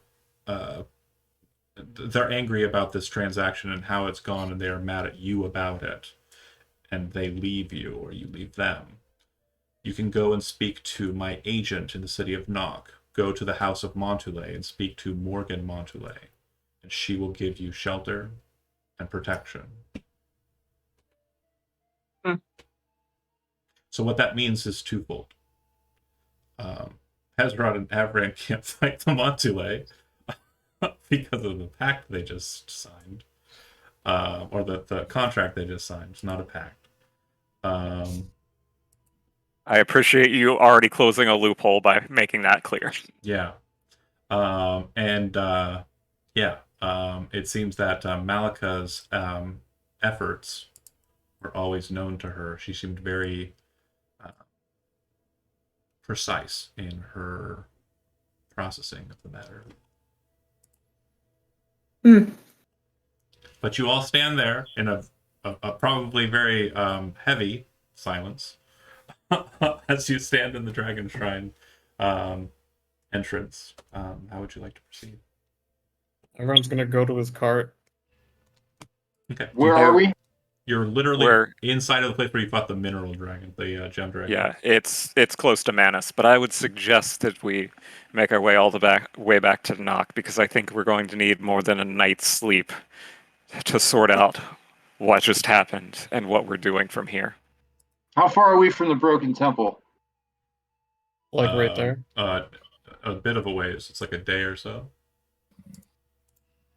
Yeah, because you're technically here. Oh. It'd be like He goes. Ezra goes and kind of like he's like squatting down on a rock with like his arms on his knees, and he's got his chin resting on his hands, and he's looking in the direction of that broken temple, and he's thinking really hard. He's got like the most pissed off, angry look you've ever seen on his face. His eyes are like burning. Okay, so we assume that Thaumaturgy, like smoke's coming out of his gills. Like he is literally physically fuming. everybody has moved out of the Avran and Hezron have moved out of the cavern where the shrine is located. So Malika, Soma, Fiona and Cal still remain there as those two kind of get the fresh air that they so desperately wanted. The four of you remain inside. If you wish to converse or exit, just let me know.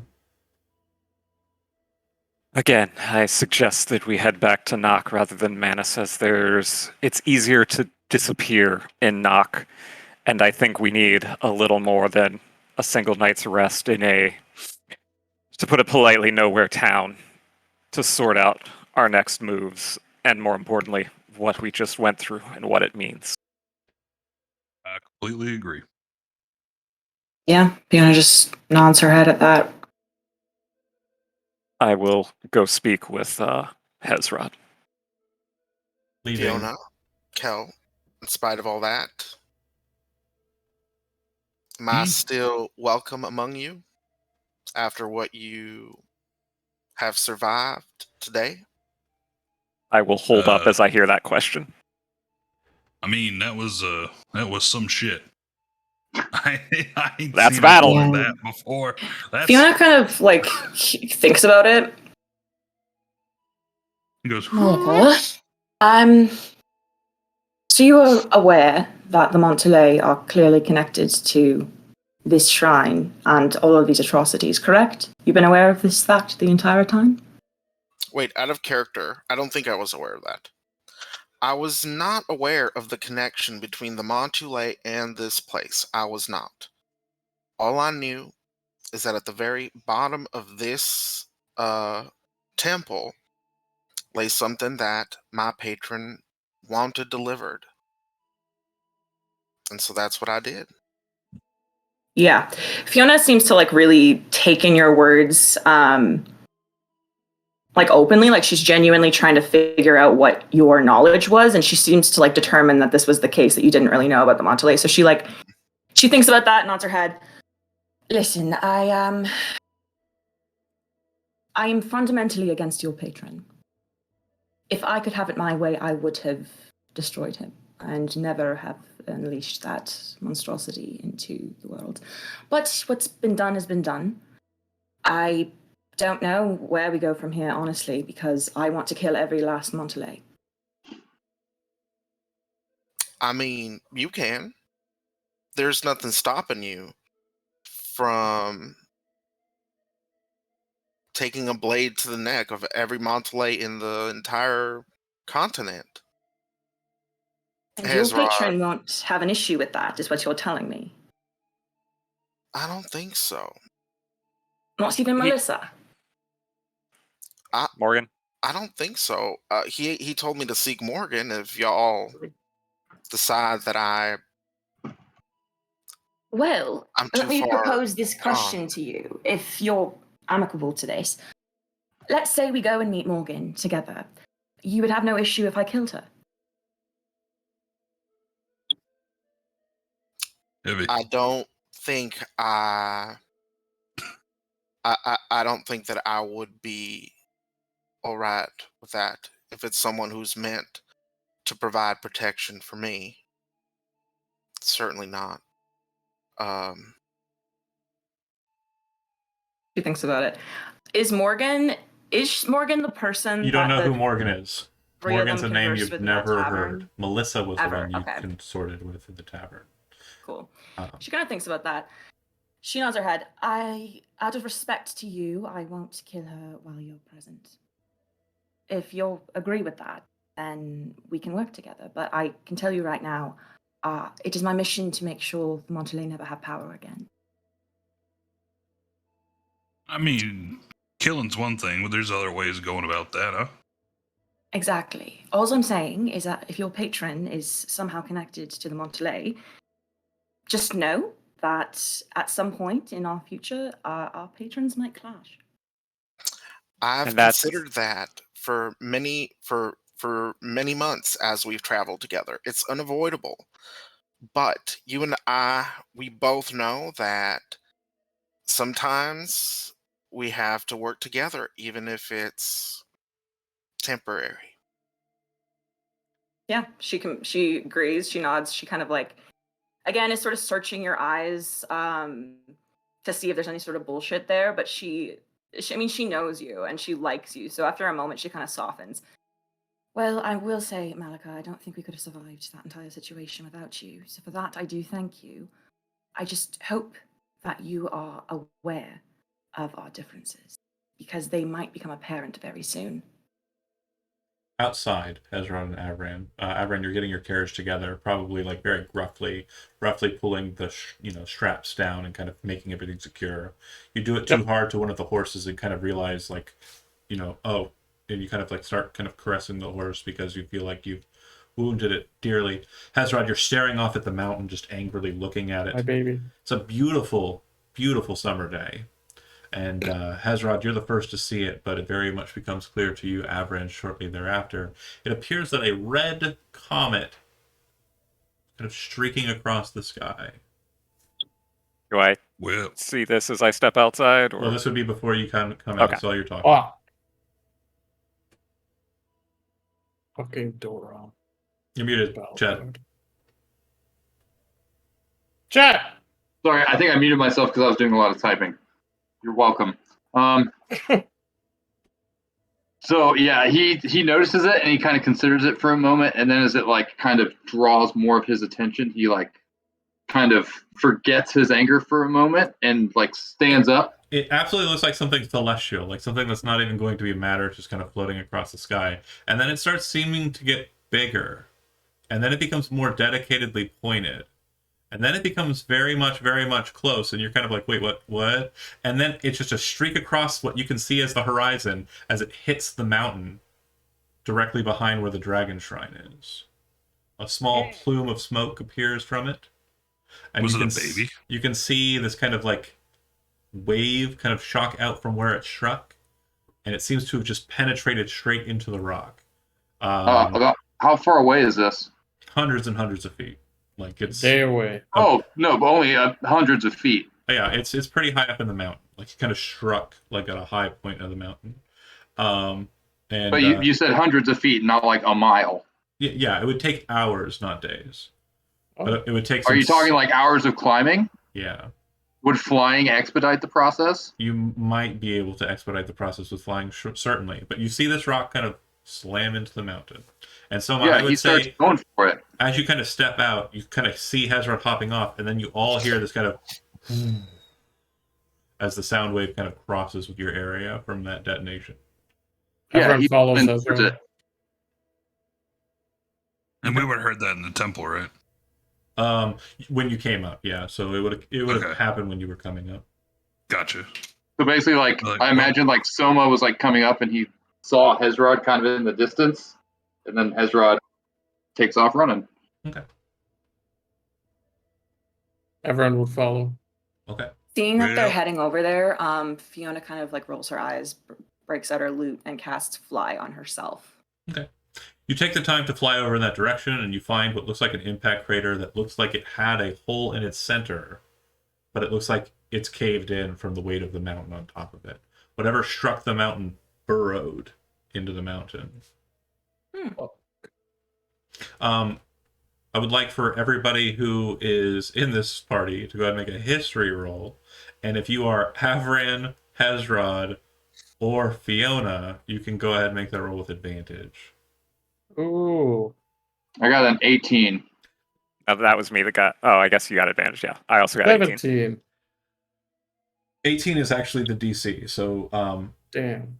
Soma and Hezrod from more recent kind of recollection, and Soma from rumors that were kind of passing about in the area recently.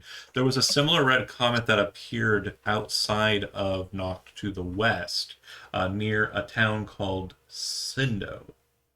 And the town of Palma, apologies, Palma. And according to what you understand, a battle with an abomination, one of the god-born abominations, happened at Palma between the Grey Order and that abomination. The red comet is known historically as a marker that the Grey Order's interests have been risen. Your assumption is that whatever the comet was, or whoever the comet is now inside of that tomb. Great. Oh, so it struck the mountain, plowed through the mountain, and went into the temple that we just left. Yeah.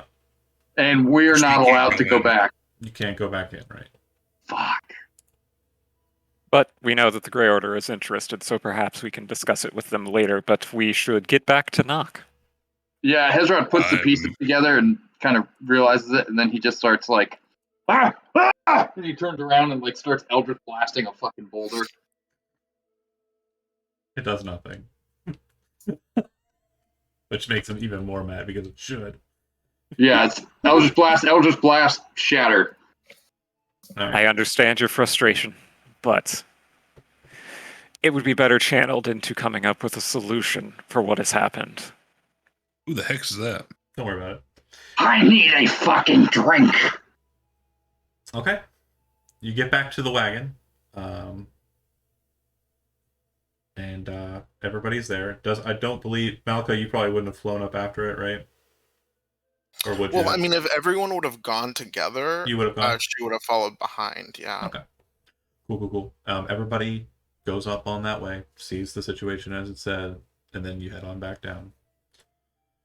You get back to the carriage.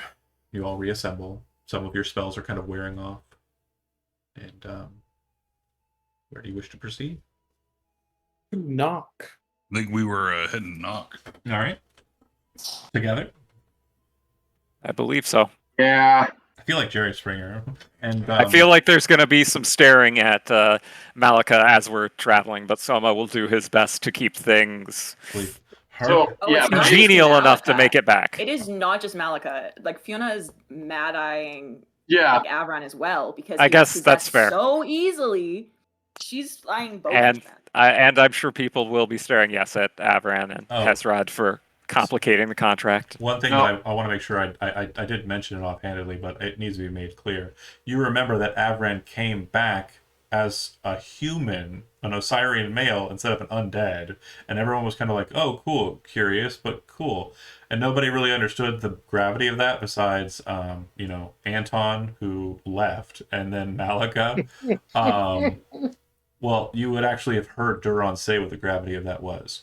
Avran made a pact with Duran Balcard, allowing him to have his living body back. That Yeah. was stated clearly. So I just want to make sure that's on the table. So- Which, Yeah. by the way, y'all been knew that Malika was like, never lied once.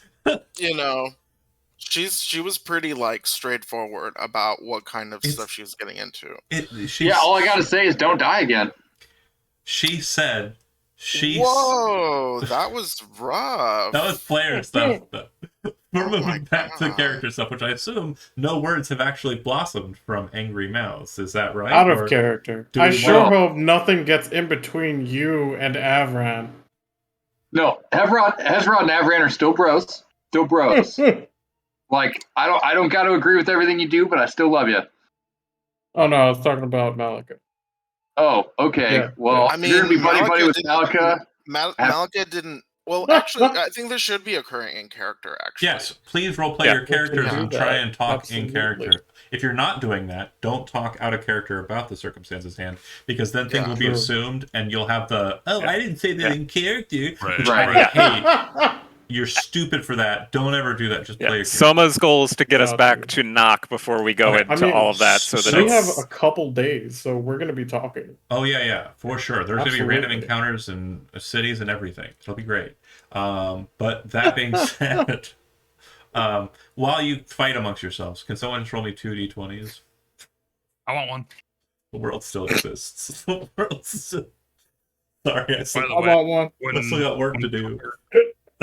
When Kel heard the shockwave, he would have just started walking towards Nock. Okay. Yeah. No. He's random- not interested. He's like, I'm done. Right. I'm gonna. Got an Oh. 18 and a 6. Yeah, you're okay. So your random encounters aren't. There's nothing gonna happen. It's about 5-hour walk. With the hours that you took going up the mountain, I'm gonna say your spell slots are pretty much consumed in this day because all of the things. You won't be assailed. It'll be a pretty casual move from there to there, and you're able to move up to Hallerton or the remnants therein, and then move down the Howling Woods Road in between the dog Soma, leg. move your token. Yeah, well, don't worry about that. Talk. Oh, okay. I mean, Avran's mostly just like focusing on the road and waiting. Yeah, Hezrod's sitting on top of the carriage, and he's looking behind, basically like wherever Malika is, he's not looking at Malika. I'm He's like assuming looking in the opposite direction. Malika and Fiona would typically ride in the carriage, and I assumed it's like a carriage where there's like two-person seats that kind of face each other. Yeah. I'm Yeah. assuming they used to sit side by side. Is that Yeah, still the typical one. case? Yeah, and like I think Hezrod so. used to ride up front with Avran. But now he's So- on top of the thing, right? Yeah, True. like So I assume that means me, Kel, Fiona, and Malika inside the carriage in some Oh, I'm configuration. going to be That on sounds top of the carriage, like Okay. top. Two merfolk. We've got some weird fish gargoyles. one of them looks like So- a gargoyle. So I would then Well, I would assume the paradigm's yes. changed inside the carriage. It's probably Malika on one bench and Soma and Fiona on the other. Does that sound right? Or Fiona, are you sitting with Malika? Yeah, I mean, Fiona will sit how she normally sits. She'll be with the she normally sat with. Yeah, I assume you Alpha, two she would was sit on one sitting. side. Yeah. I guess I'll be sitting across from them. Yeah. She Once, just uh, doesn't say anything, and if anyone asks her something, it's very much like tunnel vision. She's actively choosing to ignore everyone. She's today. playing her instrument, but it's not terribly Yes. loud. She's kind of plucking. Yeah, exactly, So- just practicing. I believe, if I remember correctly, there was at least half a pony keg of beer still left on this wagon. Yeah. Yeah. Not for much longer, right? Yeah, that's like up on the wagon with So- Hezrod. He's like holding it. Let's work this out. We have two conversations that are kind of possible to go on at the same time. If any kind of like larger kind of raising of voices are had, the conversations can boil over to the other side. So for narrative purposes, just keep this streamlined. We have Hezrod and Kel drinking with Avran, just angrily kind of like driving the carriage on Yep. the top. And then we have Soma on one bench, Fiona and Malika on the other bench, sitting next to basically the strumming is, I'll be honest, Malika, it's a bit annoying. Do you wish to remain seated next to Fiona as she kind of like does that, or does it Yeah, bother you? I mean, Malika's not going to be petty about a little bit of music. Well, then fair. Okay, so then yeah, tell me if there's anything No. conversation-wise that's going on inside. To break the awkwardness, Soma will look at Malika and go, And everybody thought I was the one with secrets. I mean, I wouldn't say much of my ways had been secret for very long. Everyone saw the kind of work that I did. Nobody really bought the I'm a country midwife story around here. What kind of midwife fires off, arcane eldritch arcs through the air? Perhaps that was my mistake in assuming that they already knew that, because what sort of adventuring group would take a midwife into a dangerous tomb? Right. They know. They've known. In fact, Hmm. Avran met the patron and swore a pact. I didn't force him to do that. I would never do that. I would never force somebody to do something that they didn't want to. That takes away some of the fun for you and your patron, doesn't it? You might say that. Soma will be Let's kind of see. flipping a wooden token Got a sense with of his humor, thumb. Soma.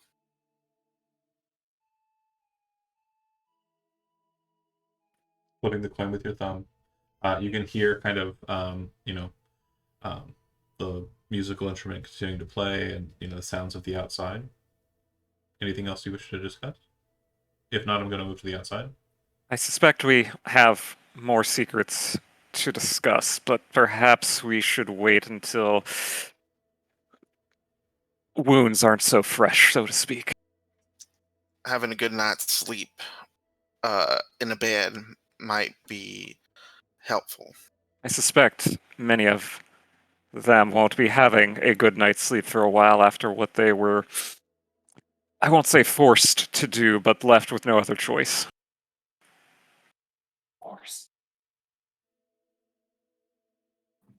There's always a choice, Soma. When the choice is dying, I feel like for most folks that's not much of a choice. You don't think that for uh, a night of the divine, a holy night, that death in the name of the divine, you don't believe that that is just or an Well, as option at the we very least? saw with their friend, Justice Warrior, a divine death without actually accomplishing anything might be great in stories, but in the end, I'm not sure that it makes much difference. Maybe you're right. The patron is wise and knows many things, but he doesn't know all things. I will give him credit for striking as fair a deal as we got out of that.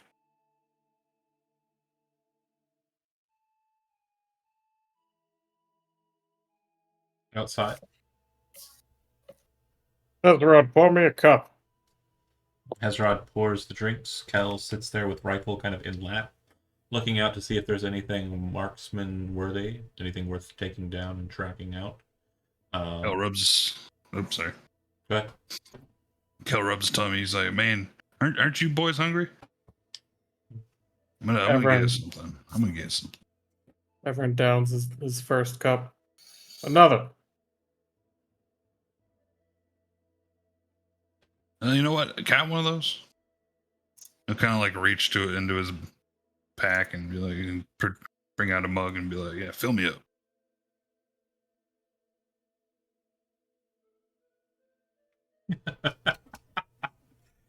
It's not even in the anime betrayal. um, so drinking, keeping an eye out for any game worth shooting. Hezrod not saying anything. Taking little sips and keeping the gun ready, listening.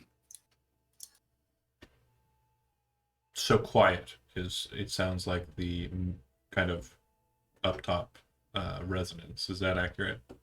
Other than burps. Oh, show. It's a long fucking ride. Then It's a then long little fucking ride. little sips. Yeah, it's a long fucking ride. Like the first couple of glugs, you're kind of like, okay, I'm buzzed, but it's really not helping. True. So you just start sipping it instead, hoping that it can last a bit. Because even though it's not really helping, it's better than the alternative. Right.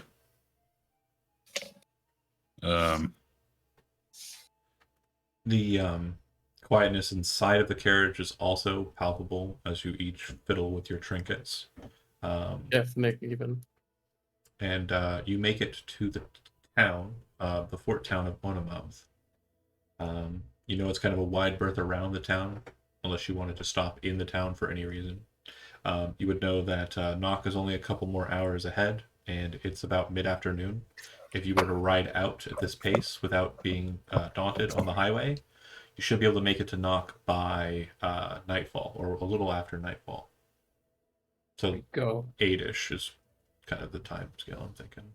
I would We think ride. that's, yeah. Okay. So passing Onamouth, the coolest town that nobody ever wants to go into. No, it's okay. Absolutely fine. I know Gijo's a fan. We just have to not be on the way to some like major moment. Sure. A lot of cool shit happening around Onamouth. Yeah, I get that. But yeah, you eventually, or rather finally, make it to the gates of Nock. It was kind of an awkward ride. When you arrive, Fiona, I was gonna ask Fiona if her family would accept us in the Elmwoods again. She nods. I believe they would, especially considering how generous we've been with tipping them. She kind of smiles at that. Thank you all for not taking advantage of the situation. And perhaps the private room to put everything out on the table. She nods. I'm sure my dad could surrender his study for at least an hour. Well, She with sort what's of, happened, it may need to be a whole month. You thought you were going to be in there for a month. Now you're just dealing with the aftermath for that long. Exactly. Along the Um, way, would I have been able to find anything to? No, not really. A couple along the road. couple Yeah. small game, nothing you're willing to waste ammunition on. Fair. Yeah, it seems that it's pretty or sparse rather, on the roadside. It Makes definitely sense. definitely looks like a thick enough forest. It would be an interesting hunt in the future. But I didn't want to make anybody stop. yeah, you arrive on the north gate of the city of Nog. Um, you make your way into the town. You're absolutely free to remove yourself from the carriage at your pleasure, but it does seem that Avran has control and deciding factor as to where it goes. Where's Avran headed if he's not instructed to go anywhere else? Oh, that's a good question. What I time would of day is probably it? have popped my head out to suggest that we go to the Elmwoods. Okay, Avran, Oh, yeah. you I'll have drop this. everyone off. What time of day was it? It's night. It's 8 o'clock. Yeah. Yeah, so probably you should go to the Elmwoods. Okay, you head on through the center of the city, making your way around the Court of 10, which is that center icon in the middle there, and make your way further south until you get to the dividing line between the Golden District and the Magic District. And then you take the thoroughfare up towards Elmwoods. Once you arrive there, Avran, Avra drops everyone off. do you drop down and open the door for them to let them out? Oh, Or- fuck it, no. You stay up, you stay up top, kind of clenching the reins, holding the beasts of burden at bay, kind of Yeah. keeping them in present. Soma Yeah. will Alright, get out. open the door himself and hold the door open for the other two inside the carriage. Hezrod hops down and he kind of like shakes out the last few dregs of beer and then he just like smashes the barrel in the street. But Then he like rummages around in the wagon and he pulls out War Fury. He like trudges over to Avran and he hands it over to him. He takes it. Yeah, he takes it. He says, "I will remain here for a time." Where's Oh, that ring really? going? Where is Or, Avra going? where are you going, Avran? I don't know yet, but I'll be back. Okay. I'll hop off. No. Well, Is that wise, Avran? well, Should you be Probably not. alone at this time? I mean, he's I- went through a bit. Perhaps, Just- if it helps make the decision easier, I will buy a round or 4 for everyone. Well, I'm bought. Avran, don't do anything I wouldn't do. How about that? I mean, if Avran wishes to be alone, Hezrod will Yeah, of course. give him his solitude. it very much looks like that's what he's wanting. Okay. Thank you Ye- for picking up on the cues. Yeah, Totally fine. Clasps him on the shoulder and says, just like gives him a solemn bro nod, and then turns and walks inside. All right, Malika, Be careful. Malika And wants to be petty. Oh boy. Is you're, Malika petty? you're standing outside. Everybody else has gone in. Avran, you That's- look down to make sure everyone's cleared their stuff, and the only person kind of standing there near the door, kind of slowly shutting it, is Malika, who kind of looks up at you. Yep. Am I muted? No, you're No, fine. we hear you. I heard you. You said you're deciding whether or not you want to be petty, so I'm giving you the Okay. theater to be petty if you wish, or to not. I'm also giving Jonah the opportunity to be petty and just look at you and be like, "Eh," and ride off. So we've got a couple of things that could go pretty He well needs here. the drama. This Feed little- him. Feed the DM. As soon as she's clear, he just rides off. Soma has successfully, because I'm assuming Fiona went in first, right, Josie? Yeah, she went in and immediately Immediately. started playing a song for her mom. Yeah. Kel, after being, and Hezra, the merfolk, after being basically bribed by Soma. No, seriously, he's fine. Look out, 4 drinks. I get you 4 drinks. They're gone. So you would basically just be closing the door after gathering your stuff, and you kind of look up at Avran as he's kind of sitting up on the carriage. He kind of looks down to make sure everyone's cleared their stuff, and he sees you kind of staring at him. That's Don't make any pacts in our absence, Avran. She turns.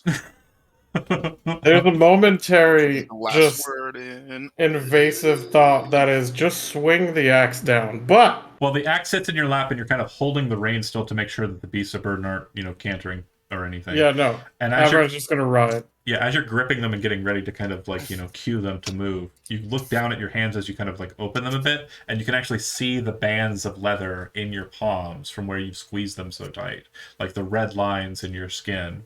And you then kind of canter away. We'll discuss where you're going in a bit. The rest of you go into the Elm Woods, and after a fashion, you see Fiona kind of pop out of the private room, having secured it. Oh no, sorry, you were going to play music. You don't give a shit about any of this.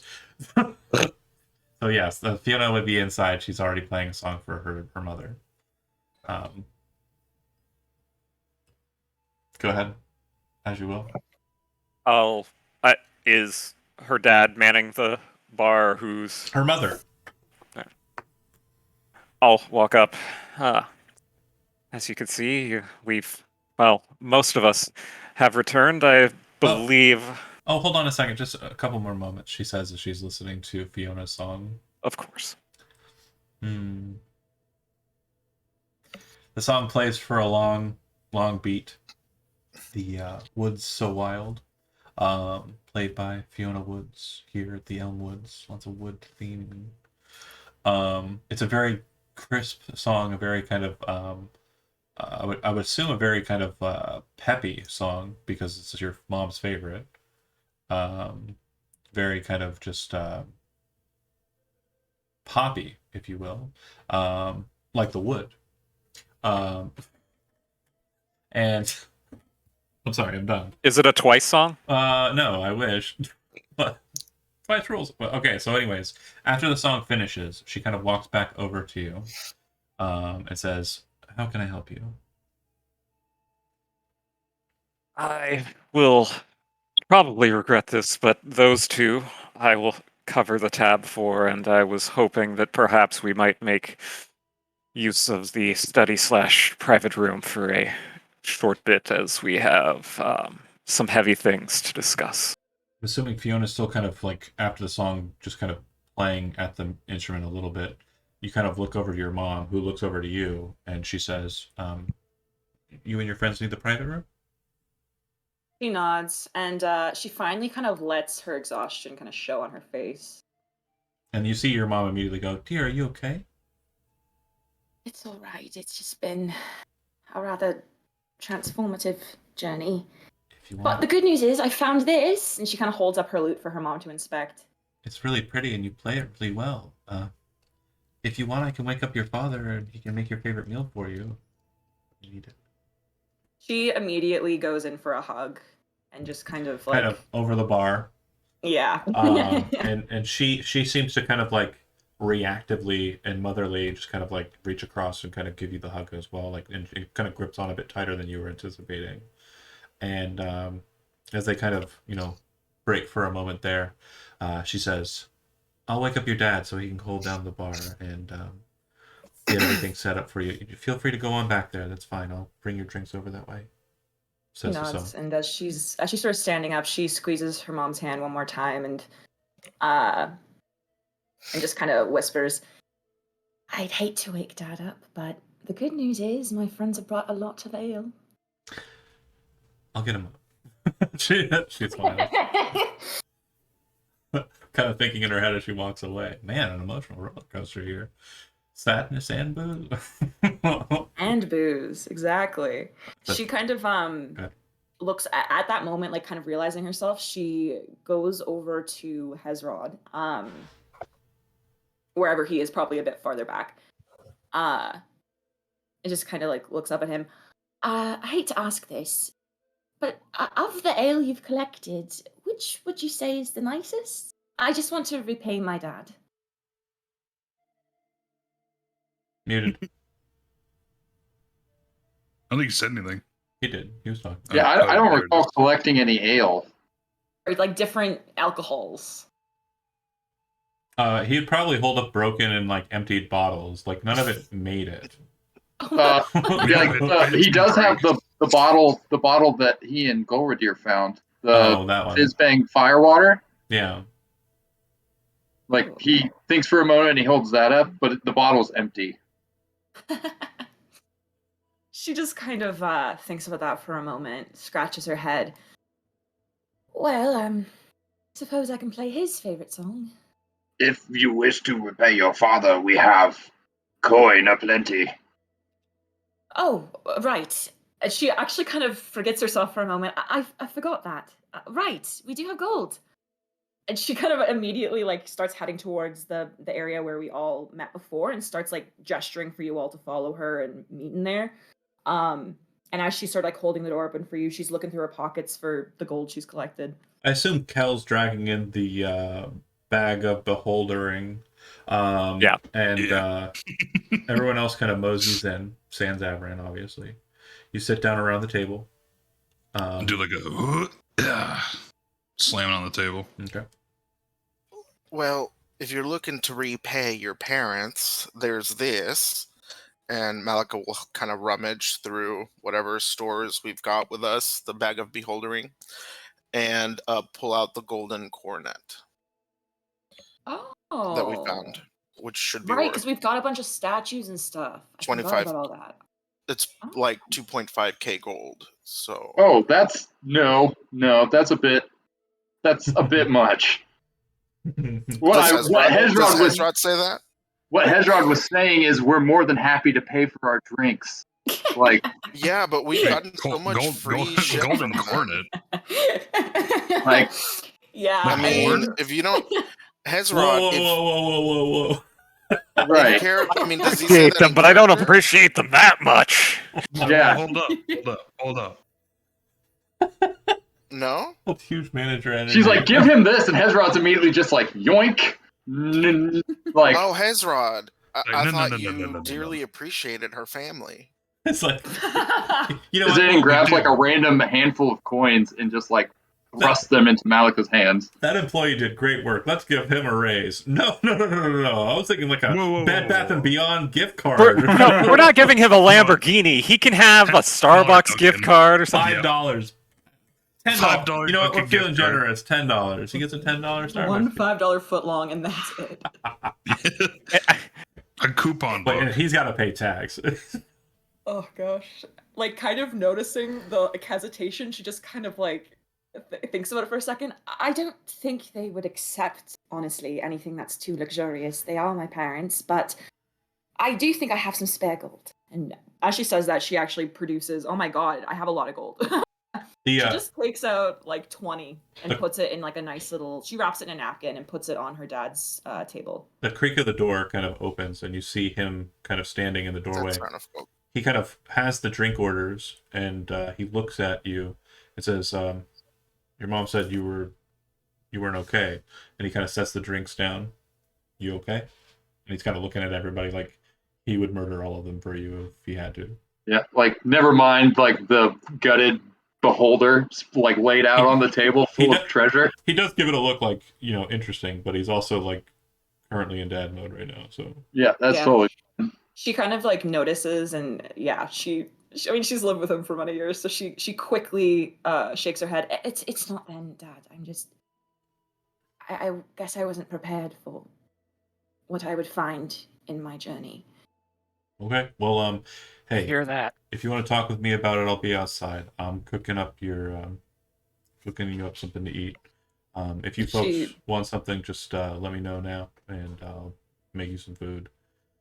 She nods. But as he's kind of walking away, she kind of gets up and walks over and kind of gives him like a backwards hug, so backing him from behind. She just kind of like leans into him and she just kind of whispers, "Thanks, Dad. I appreciate your concern, but Looks like you did great out there. I'm sorry it was traumatic, but looks like you're going to be doing well for yourself for a while." Hearing the traumatic, she immediately touches her forehead and like kind of feels around for the eyes that are no longer there. And she just kind of immediately starts welling up. But she it's more of like an exhausted, she's just kind of letting everything like wash over her. But before she can like completely break down, she pulls out her lute again. And she kind of like shows it to him. Like she's very much trying to hold back tears. I found this and I learned to play a few chords. I think I might be able to master good ale for your money. Hey, that looks like your grandma's. What? I'll see if I can't fetch it out of the basement. Yeah. I didn't know you were interested. When you were young, you Oh. were always so adverse to the idea. Well, when I was young, you and Mom would push me out in front of everyone. I didn't really want to be a show pony, but I do enjoy the instruments. What's the point of playing something if you're not going to do it for people? You She played nods. you played a song for your mother. She told me. So obviously you don't mind being seen. Why are you Well, so I'll play picky it about for your you. Why are you so picky about your audiences? Well, because she's If super I flustered may now at this inter- point. Because it's you two. And I I- love you, if- so I can play for you, but I'm not going to play for the rest of the drunk patrons. Well, then what's the point? He says, kind of just like smiling, but like pseudo grumpy, and She just rolls her eyes. You're not an artist, Dad. he forgets the food orders, and he kind of like playfully slams the door. Perhaps it's not so bad I don't have family here. Fiona has been through like a complete emotional whiplash, but like In a teasing her good dad way. again is kind of how they interact. So she seems like she's a bit more composed, and she takes a seat. Honestly, Selma, I have to disagree on that. As troublesome as they may be, she just kind of lets her sentence trail off as she's very obviously happy now. No, I Oh. understand. Sorry, that's another thing I want to make sure that was Josie's aware of. Soma's family was called out by Durham Balcard as well, Yeah. laid out on the table fully. He was called Shigiri Soma of House Daigot. Yeah. Yeah. Yeah. So he Pros says, and cons, I suppose. Actually, wait. Okay, I want to redact what I said. I then. wish I had She actually- family in this town. yeah. Instead, it's a redaction.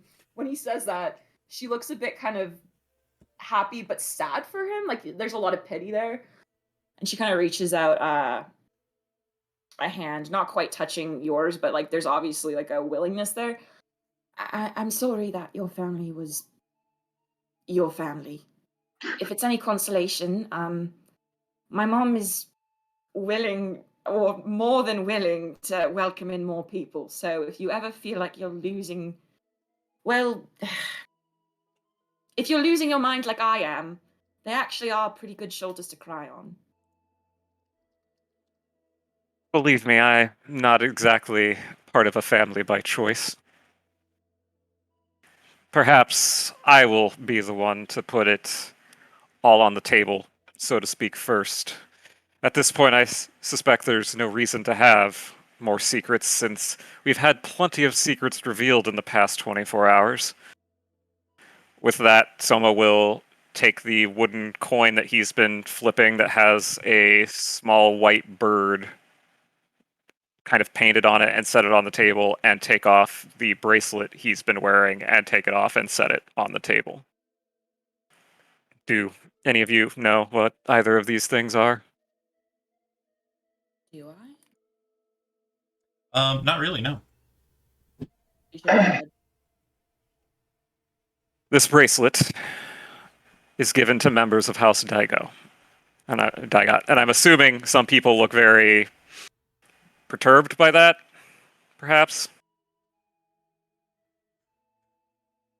Carlin, I don't know a thing about the nobility of this land, so I can't say I'm terribly perturbed. I think this is my second time in this city. Drinking. You, Josie, because I feel like you had issues with Daigot. Well, she kind of like thinks of it's not really issues, but she would very pointedly look Selma in the eye. I never did get around to asking you if your house Daigot affiliated. You would have known about that business with the dwarf metal and elf magic. That was all House Daigot affiliated, was it not? I didn't know about that. No, I guess I should start from the beginning. This token is the token of the White Wren, another name that I have gone by. And when Soma says that, he'll rapidly kind of use his hat of disguise to flash through a bunch of different pale humanoid forms. Avran once asked me if I had killed another person, and I answered that question by asking a question of my own. Who among us hasn't? I have been paid to fix many problems. Weirdness says. I fix problems. I have killed a noble. I have rescued a daughter. I have done whatever needs to be done. I don't have the luxury of being the moral compass of knock and deciding whether a job is worthy or not. If I don't take a job, somebody else will, and they may not be as delicate. Do you remember when the houses burnt down in the Golden Quarter a few months ago? If you, That was a job that I didn't take, and instead of a single noble being dealt with, multiple families died because I thought that that person didn't deserve it. They still got it in the end when they gathered a bunch of drunken sailors to deal with the problem with more brute force than necessary. So not only that person, their family, and families that had the misfortune of living nearby them also met an unfortunate end. I am what you would consider a independent contractor, I think is what I've heard some person yelling about in the street, and unions and something else, but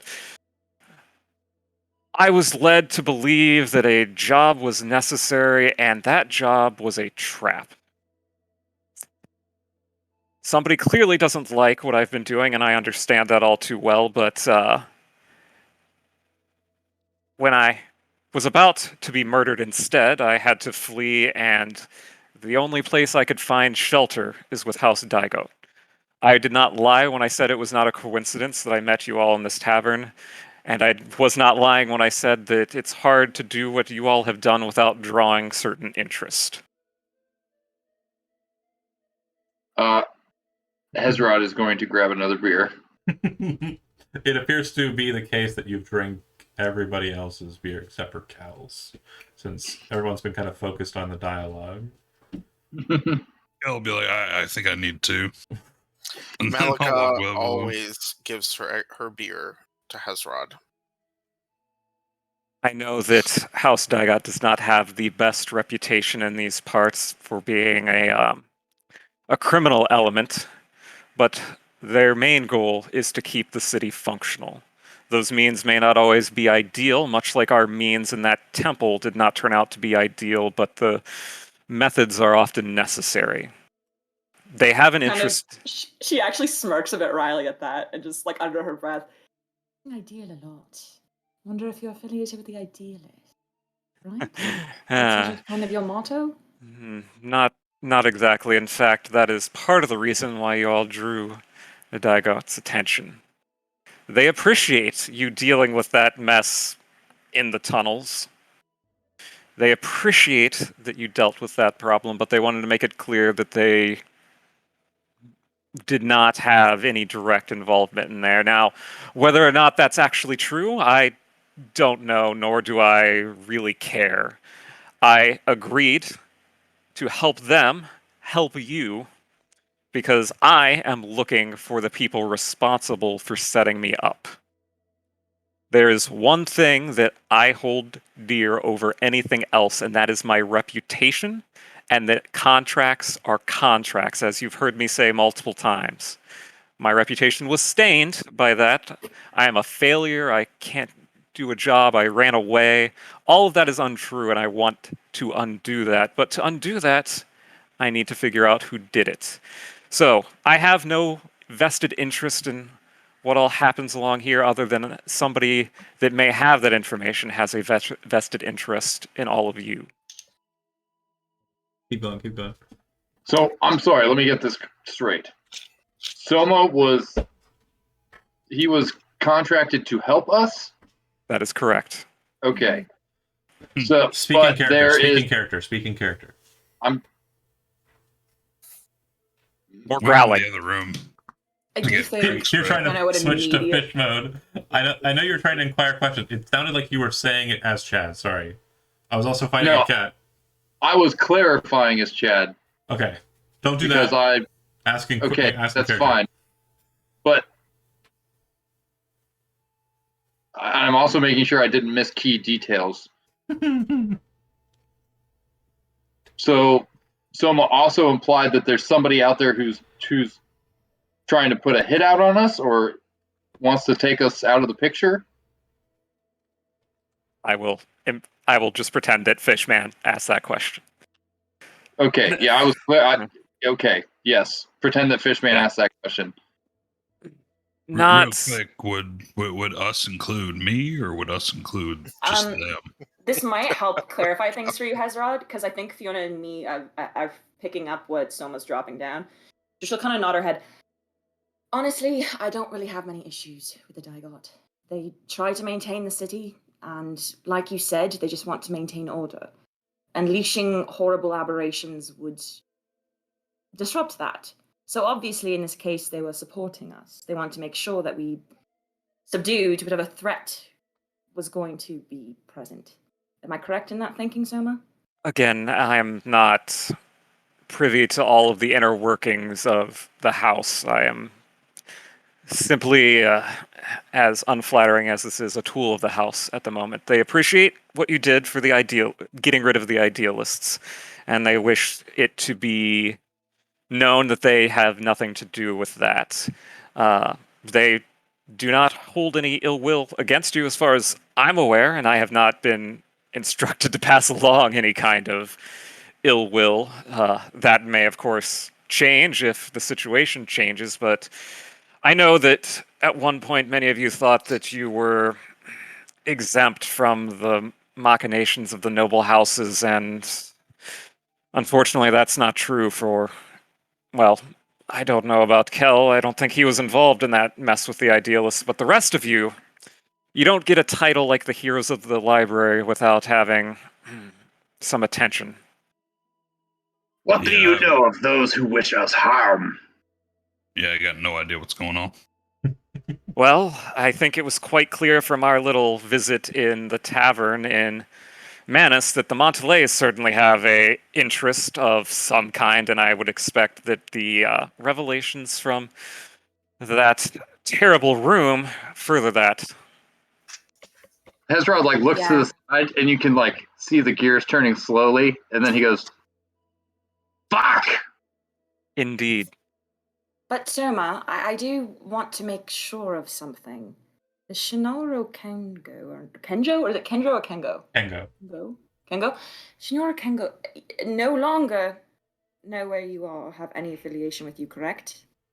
I have never had any affiliation with them. I cannot speak for others in House Dagat or other people affiliated with them, but I personally do not. I have not lied to any of you at any point.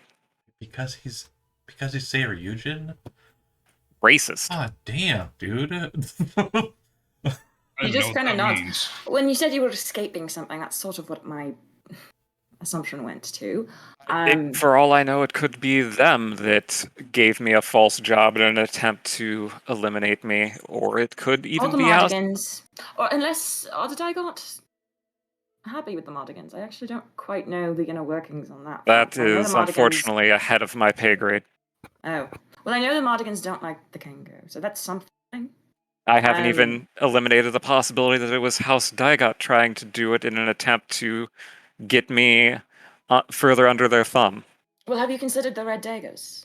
Or the Nomen, perhaps? Because both are pretty cutthroat and will do anything to Soma, the Red continue Daggers. their reign. You know the Red Daggers were obliterated by the Mardigans, specifically at the behest of an individual you know and have never met, named Sen, a masterful scout for House Mardigan. Well, as we learned in the temple, that which is dead doesn't always stay dead, but as far as I'm aware, the Red Daggers aren't exactly interfering with anybody at this moment. I also have a friend among the Mardigans. Anton. Asoma, you're telling us a lot about yourself. Thank you for trusting us.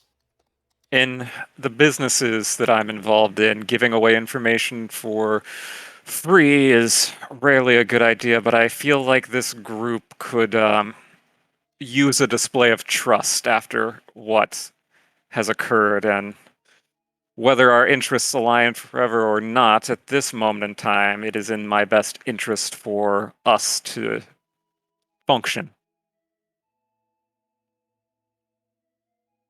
Very wise.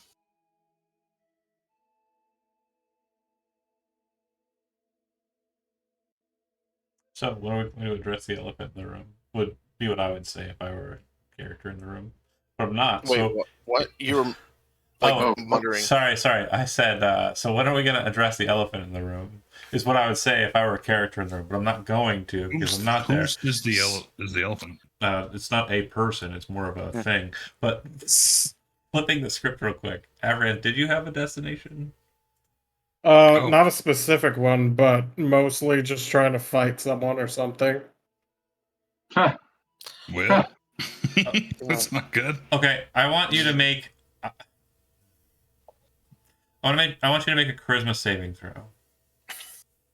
Oh boy. Okay. You managed to find a group of ne'er-do-wells kind of up the Magic District way, kind of heading towards like the middle line, kind of back the way you came, like almost as if you were trying to leave, and they kind of start some shit with you. You drop down, no weapon in hand, kind of just fisticuffs, and you managed to beat the crap out of 3, braggarts with little effort. And despite the satisfying sound of, teeth loosening from, gums as you punch them in the jaw, and their, bodies kind of slapping to the stone as you've, hit them down, you realize that it didn't change anything. You get back on your carriage and you continue to ride around town, this time not having been caught by the magistrates. Violence for violence sake. Nice. Cycling back to Malika and crew. So having like heard all this and sitting there and drinking, after a long while, Hezrod looks at Malika and he says, "What do you intend to do now?" Well, our dear friend Soma has shared with us a trial, a mystery, a struggle, and I intend to help him if he will accept my help.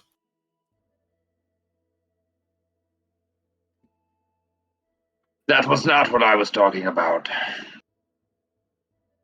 Hezrod was referring to your dealings with Duran. Yeah. What other tasks do your master have for you? Nothing has changed since before I entered that temple. I still have a pact with a powerful deity that brings me great power. And that will not change, Hezrod. I And don't think all he's the asking. time. What's that, Kale? I don't think he's asking about anything changing. I think he's more asking what you're looking to do. Like, what's your next scheme? What do you? What's he? I don't have got a in scheme. store. I don't have another us. scheme for you, for us. You just kind of Good. going by whatever kind of happens type of deal. I'm telling you what my plan is to support our friend Soma. Interesting. That is my plan. As far as the patron is concerned, I will continue to do what I have always done, which is to listen, to pray, and to strike down any who would get in my way or his. For now. Okay. I mean, as someone. What's that, Kel? as someone who's kind of new, I would just say, do you trust us enough to let us know what he might want you to do?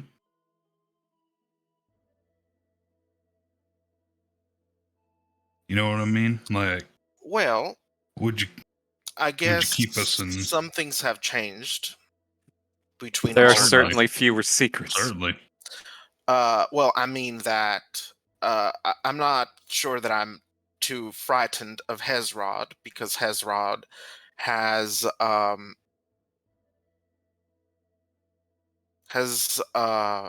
often had a flexible point of view, It's fair. but I do fear or have feared the reaction of Avran.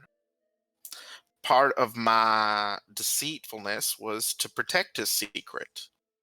Now that that secret is out, now that neither Hezrod nor Avran could ever harm me without facing dire consequences, I don't really predict there being a need for secrets. If you accept me, then you accept me as I am, flaws and all, just as I accept you all. It's entirely fair. I mean, I don't serve no god. I mostly my people live within nature. I guess it's kind of like that, but seeing It's what I saw there, exactly like that, Kale.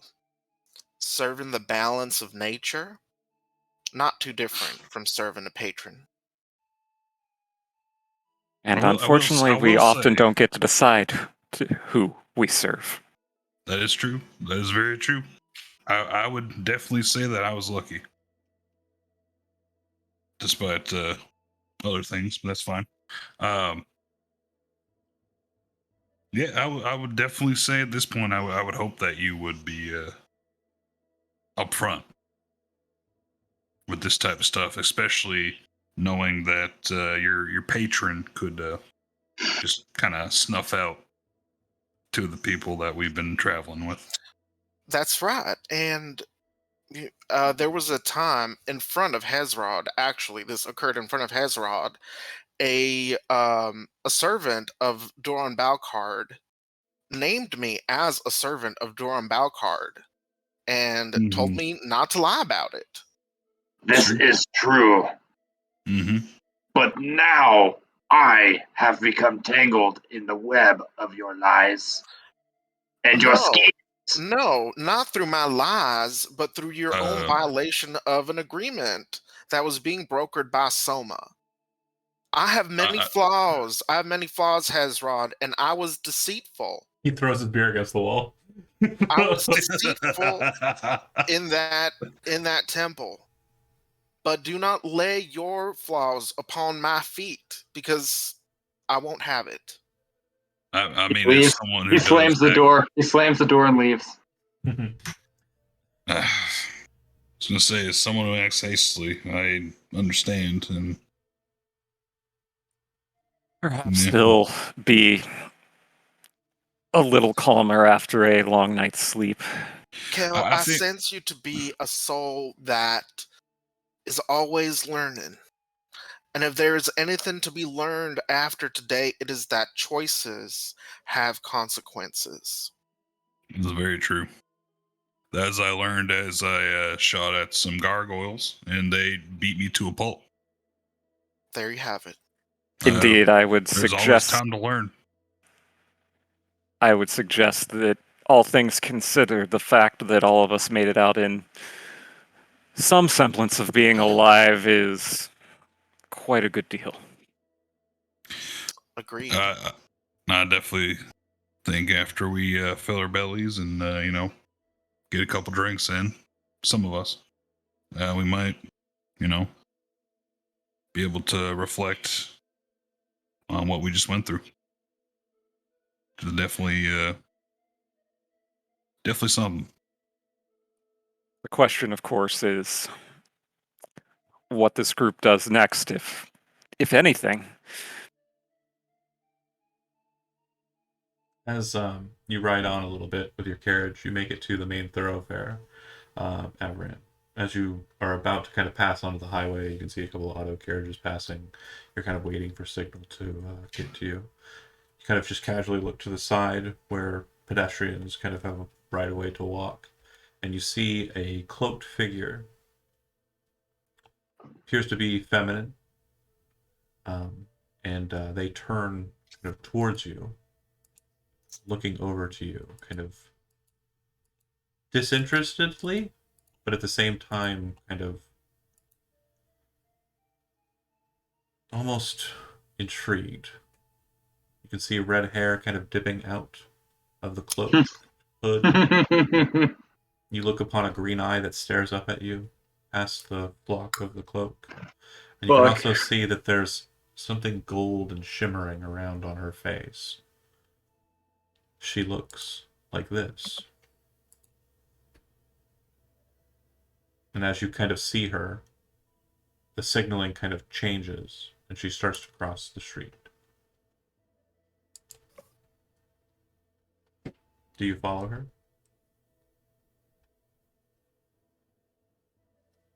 Yeah. Cool. Back into the room inside. Well, Fiona, if we're to continue as a group, I think you'll have to talk to Avran and Hezrod. It seems that after all that's occurred, they are not willing to trust me. Oh, sorry. Continue. Yeah, we can hear you. To preserve the harmony of this group, I am willing to move on and to let this be the end of our work together. I do want to quickly put out a notice here, just to make sure the players are aware. Now, typically there is a grind-in mentality to focus on keeping people in the game. You do not have to maintain that with Gijo. And I will let you, Gijo, and also Elizabeth on the other side know. There is a plot and plan to switch between the two in aspectual nature. There are plots that are being laid out. If Malika is who you want on your team and you want to compel that, and it feels natural to do so, please, by all means, keep that and do that. And I'll just have to apologize to Elizabeth. That's fine. While we wait until someone else fucks up. Or rather, does an amazing job that causes everybody else to be jealous, is what's really happened.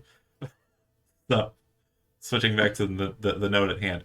There's usually like in D&D, yeah, it's like, oh, you're all in a tavern and there's a bunch of people in there. I'm going to focus on the people who are played by player characters. So don't have that mentality. I want this to be very natural. I want you to know that there is no onus for you to be nice to Malika because Gijo is the player. So please keep that in mind. I will let you know that your choices do matter here, though, and it will decide the next bit. So keep that in mind. Choices have consequences. Choices. Quit reminding me. I'm going to say episode number 41 is choices have consequences. That's a good thing. That's a good one. God damn it. Should we like talk about it? Well, Fiona, it'll be I think you'll have to talk to them. I think it's certain that they're not looking to talk to me anytime soon. Well, I will say one thing, Malika. You don't run away at the first chance. They're not even here right now. So I'm kind of inclining to support you. And she actually thinks about that for a minute, and like she kind of like leans in a bit more. And let's be frank, Avran is an abomination. Don't know what was going on there, but you're both pretty sketchy individuals. It's not just you, Malika, is what I'm saying. It feels like many people in this party have ulterior motivations, perhaps, that we should maybe air out, but definitely it's not just you. A shining light from heaven, and I don't typically allow gods to interfere with the world as often as I'm doing right now, but a shining light of just trustworthiness and like a benevolence kind of glows, And abs. and also not abs, but just because he doesn't have them, shines on Kel. Huh? Just for and that's his in-character response to him being He's just highlighted Turkish, as the good boy. Anyways, sorry. Continue. There's Love just it. wasn't serious. Obviously, just joking. The perks I love it. of being true neutral. Right? She just kind of, as she's saying that, she's kind of looking around at the rest of them. I mean, honestly, I think Hezrod will forgive you. He's been loyal the entire time, and from what I can tell, I don't think he'll care after he's had a few drinks. So perhaps if you want me to talk to him, I can go out now and bring him in. But frankly, the only one I'm worried about is Avran. I mean, I would say the same. I think he's kind of a wild card. It seems. And he's not even here. She just looks around. He's never fucking with us. well- He always just goes off and does whatever he does. I mean, he did A lot of that going around here. without knowing him too well. Aside from as much as I know of the rest of you, he did kind of just get his freedom. And I mean, God damn, I love Kel. he made some bad choices over there in the crypt, and I was definitely not happy about that. I was ready to tie him up, hog tie, but I think he just needs a minute. All I I will think- say, Well, Totally not Soma, knowing that he's doing I one believe violence in that this. the one person that Avern has to thank for his freedom is Soma for navigating that deal. But you know, I'm willing to make it work if Avran and Hezrod are able to put aside petty morals for the greater good of whatever comes next. Perhaps I'll stay. Well, Malika, on that note, the only thing I will say, And she like very clearly like directs her entire body, twists so she's facing you, looking into your pupils. do you actually think your patron is on the side of good? Being honest. Fiona, I don't have the luxury to think that way. sounds Just familiar. yes or no, Malika? Do you think he's actually a force for good? Or a force No. for evil? Inside check. No, Fiona. Like Okay. Soma, I do not have the luxury to weigh out bad from good. Y'all don't She immediately know. exhales. Like her demeanor completely like she relaxes. Oh, good. I thought you willingly engaged with such a being. But knowing that this was sort of. You said that he helped you in a great time of need, correct? Yes. I can understand that. I really can. All I need to know from you is whether you're actually on the side of good or evil, because I know that your patron is not. But if your intentions are good, I have no Fiona, problem with you staying with us. my intentions are to survive. What? I just switched accents. Fiona, my intentions are to survive, not to be good, not to serve the greater good, not to be a liberator. What? Oh. Wait, did you just code switch? You Yeah, I totally was did. starting to copy her accent. It's like a therapy thing. Fair. She's understanding and she's nodding her head along with what you're saying. The only thing is, Malika, at some point, perhaps there'll be an opportunity for you to sever ties. All I'm saying is, would you be open to pursuing a path of good? Real quick. I understand that Malika is going to divert, and I know that we're going around in circles here, right? You do not want to answer that question plainly. Is that correct, Jijo? Yeah. Yeah, because you're not going to answer it the way that you know is Yeah. acceptable. Okay. That being said, with the way that it was answered the last time, we have that same roundabout. Normally, dice rolls versus players is not something that I allow, but because we are at an adversarial natured position, I have to force it. Malika, you'll be making a deception check with disadvantage. And Fiona, you'll be making an insight check, period. Okay. And anyone else who is in the room listening to the dialogue who needs to make an insight check to figure out what's going to be said. I've been waiting to I make kind of want to do because deception Hextro. checks for months. She seems to be answering the question in a way that is not leaving out that it sounds like she's a force for good. Yeah. But she's not explicitly saying it. You don't know why that's the case.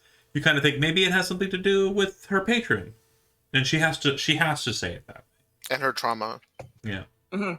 Chalk it up to the trauma. Yeah. You know, she believes that, and everything she's known from Malika's actions have always been sort of like good intended. So she takes that at face value and nods.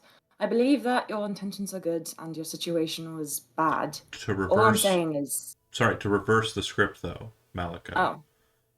At that moment, you see Kel kind of go, "Oh, okay." Like, kind of follow into the same kind of example. Soma kind of is looking at the situation as if someone was looking at a chessboard. He understands the game that's being played more so than half of the room knows that the game is being played. And as you all that dragon chess. As you two kind of like look at each other, Malika, it's at that moment you realize if your patron asks you to do something horrible again, this will be a problem for you. Because you'll have lied to them. Do with that as you will. Continue, Fiona, with your thought. Sorry, she was just kind of rounding it off. I have no problem with you joining us. You've been helpful. And like I said, we've all done things. My only question, though, my last question, I should say, is there any way that you can persuade your patron not to fuck with me anymore? Because I really don't like what he did. Oh, hold on. Something that you've been dealing with and I haven't told you about, Fiona, is as you're kind of been going through the day and playing your instrument and kind of keeping to yourself, you have not had a connection with your patron since. Yeah. Well, that's not good. She kind of lets a little bit of her frustration slip into her tone as she's explaining this. Oh, not the connection. She hasn't explained that. Sorry. I meant just my earlier. Soma will sigh quietly and wait for a quiet moment, but continue if you're going to continue. Sorry, Malika, I was just wondering if... Oh, you're muted. Sorry. I will endeavor in your favor, and I will plead that he does not harm you as long as you period, that he does not harm you, period. Or touch me ever again. Agreed. She kind of like locks eyes and nods her head. I hope you understand that if it does happen again, that is when we will sever all ties. I understand. She nods and then just kind of like looks around the room for the rest of them. Well, my grievances have been aired. Until Avron returns, I'm just willing to listen. The only other thing that I will say is, as I mentioned, I did not lie to anyone here. So I did not have any existing connections with you. I was not betrayed by anything that happened in that temple, but I will make it clear that betrayal is something that I cannot abide. So if there is betrayal, as we learn, choices have consequences. And Soma says that with a tone that makes it completely clear what those consequences are. I mean, I would say the Soma, same. Soma, in your head, you hear... No, he doesn't.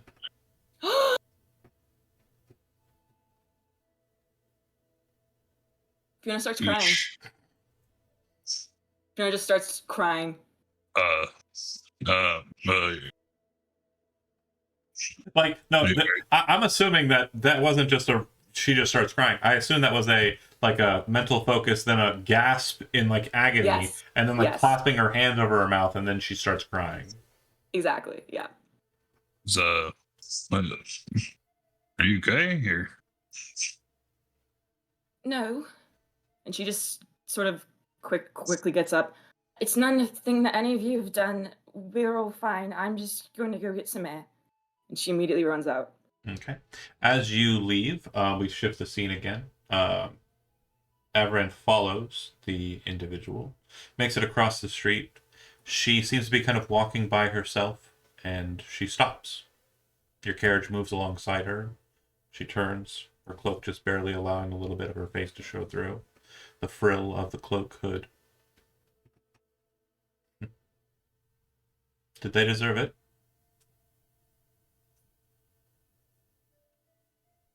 No, And yet you did it anyway. I did. Great pains have been made to allow me to speak to you as I am doing now. You consort with demons. That was not my hope. I barred you from entering into those gates for purpose, and yet you find means to sign contracts with them. I wish to make a thing better of you, Ryomand, and yet here you sit. She turns facing you. You see that she is brandishing a knife in her hand, kind of pulling it from the sheath, looking up at you. It would take nothing more than a quick stroke of my hand to sever you from this world. Tell me why I should not.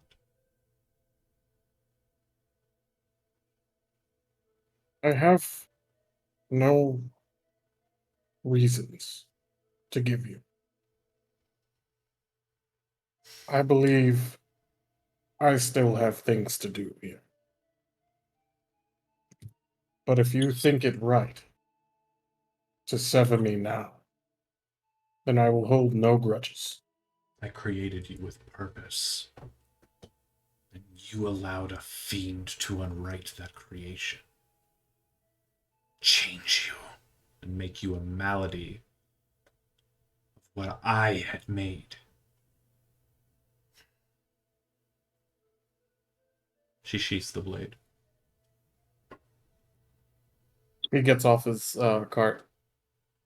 She looks you in the eyes. Her eyes just vibrant green, kind of just pulsing with the essence of the astral sea.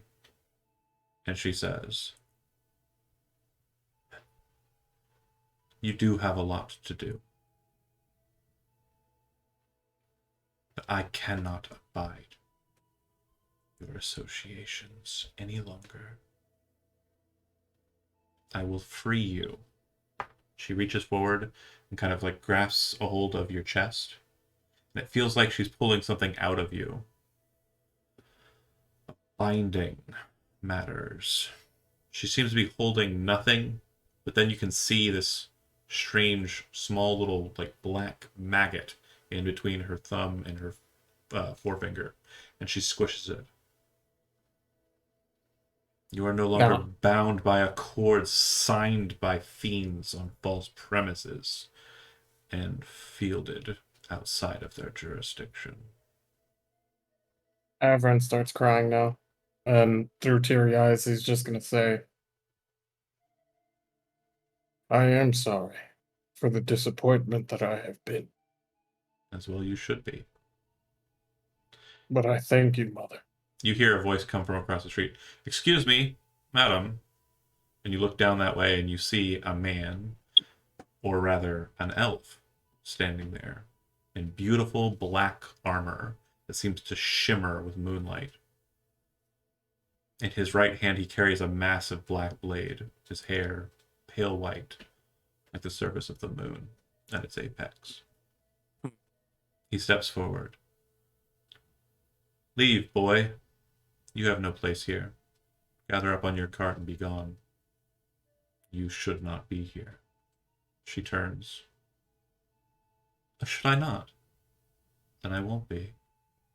And you're kind of like, you look at her and then kind of look back to him for a response, then look back to her and she's gone. You see the elf kind of annoyed look at you. "I said leave." He leaves. You can see the elf kind of staring you down as you're kind of getting on the carriage and leaving. And you see him kind of quizzically tilt his head to the side for a second. And then just kind of seems to kind of pass the thought away as he makes his way further up the street. Where do you head after that? I go back to Elmswood. Elmwoods. Just thanking, really. Okay. Just, praying, thanking. Okay. You make it back. Hezrod, you're sitting outside still, or did you go back in? Matt, muted. You're muted. Yeah, he's sitting outside in the horse trough, sort of like just staring up at the stars and the moon, kind of angry. Hezrod parks the carriage in the stables. You see him. I'm Avra. What did I say? You said All Hezrod. Hezrod now. It's Hezrod okay. sees Avran. Right. That's how Avran. sentences work. Total. As like Avran kind of, I'm assuming Avran like walks over. I don't know if he's going directly to you. What are you doing? Well, I'm assuming this horse trough is like outside the main entrance. He's parking his carriage. He's not really going to you specifically. Yeah, Yeah. no. Like, but if he starts walking towards the bar. Oh, sorry. He does. I didn't give a visual representation of the elf. Sorry, apologies. I think I needed to do it for for canon's sake. But continue with your conversation. Sorry. Yeah. If/when Avran heads towards the front entrance of the bar, Hezrod kind of lifts an arm out of the water and waves and says, "Hello! Has your mood improved?" Yes. That is well. Mine has not. I am sorry. The water starts to boil. Because he farted. I just wish to say I am sorry, Hezrod. For what? Betraying our god. It is not my god. Merely a god. Well, you wear the symbol of Artavius, and you are a brother in arms.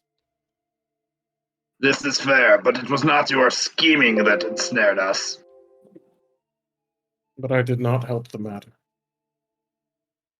And I do believe it. It may be early, but things do need to be hashed. This is true. I will not bring any violence. That is not necessary anymore. Violence to whom? Malika. I suppose that is your decision to make. Besides, you would not want Doran to come and rob you of the freedom that you have been provided. He kind of looks at his hand. Indeed. Are they still inside? As far as I know, Malika was irritating. I was on the verge of losing control. I did not wish to cause any damage. Fiona's parents have been more than kind. They did not deserve that. They are generous people. I thank them for that. But I will head inside, get a room, and Okay, real quick, I want to we'll make see you in the morning. I want to make sure we are at time, but I do want to make sure we kind of come to a narrative point where I understand what decision is we make. We're kind of close. Is everybody okay with going a little over? Yeah. Sure. Yeah, Hell I'm good. yeah. Cool. I don't care at all. Okay. Avran, you go back inside. Malika, Soma, Kel, Fiona, the conversation's kind of about where we left off, not too far away from that. Proceed. You'll be talking, Yes. and then Avran, at any point, even if you want to just start with it, you can interject by entering. I don't know if Malika responded to Soma's not so subtle threat. Understand, Soma. You have no patience for betrayal, and you will not hesitate to punish it. In a Fix the sense. problem. Understood? I mean, as far as I go, as long as you're forthright, can work with that. Thank you, Cal. You always embody the wisdom of the natural world. I see the best in everything. Avran walks in. The door opens right after Kel says what he says. Good. Avran, you're back. Malika. Is there... I never washed my hands, but is there still blood and stuff on them? It's dried Okay, or good. caked off by then. Good. Okay. Avran simply looks at the room. I'm assuming it's just Kel, Soma, and Malika? Fiona as well. Oh, Fiona's No, in- Fiona left. Fiona left. Yeah, no, she did a beeline. Oh, I missed that part. Sorry. Oh no. Okay. I'll hold out a mug to him of the two that I'm holding. Yeah. Avran picks up an ale. If there's one. Whatever. Yeah, Hezron Um, probably wasn't being drank as much. Gotcha. He takes not a giant gulp, but big enough, and he turns to Malika and says, "My issues are not with you. I've realized that now. I have no hatred, so to speak, towards you. You are one of many followers in pantheon of gods. I cannot blame you for that. So I will continue to defend and protect.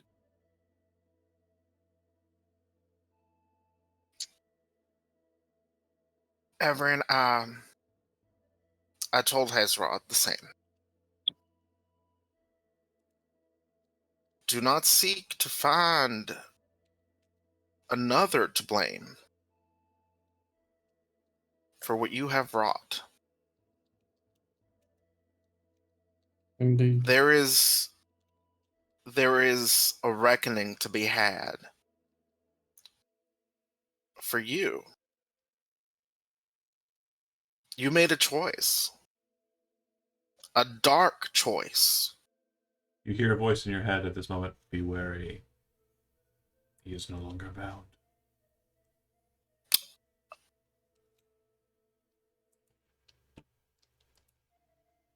And now all of it is on the table. It is. I will continue as I am. My hatred is not with you. If I might say, you might benefit from not being so rash. Yes. Understand that that was certainly a circumstance where it's. I can understand doing something pretty quick, but sometimes a second thought's sometimes the better thought. Avran, Yes, Malika. I sense something different in you. Yes. I am no longer bound to your god or your rules. It is with that knowledge and my freedom, truly, that I have made the decision not to harm you. But I will protect. How long will your ire stay cooled?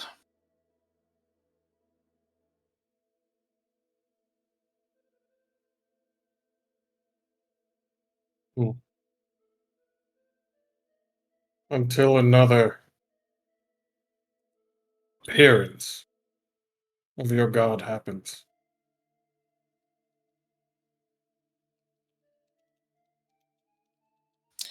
This was not part of what I had of what I was expecting. Hezrod, did you know? No, it's not here. He didn't Yeah, go in. it's just us. Sorry.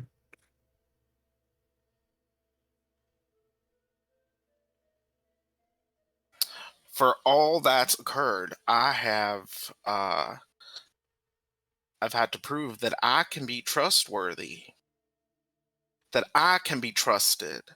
Avrin, how can I trust you? I have not stricken you down yet. I believe that is a semblance of trust that we have with one another.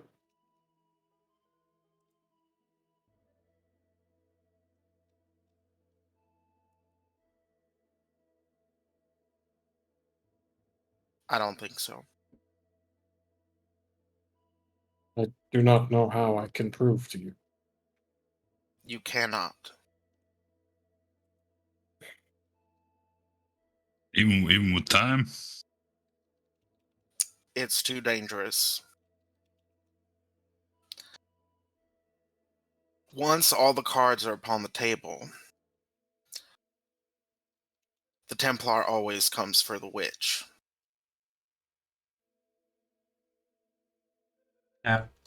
Quick scene cut. Josie, Fiona's had a place on the roof of Elmswood that she kind of goes away to.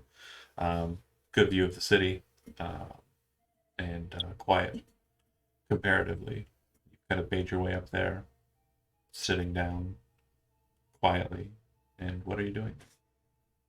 For a moment, she sort of like looks up toward the stars, not really knowing, feeling very awkward.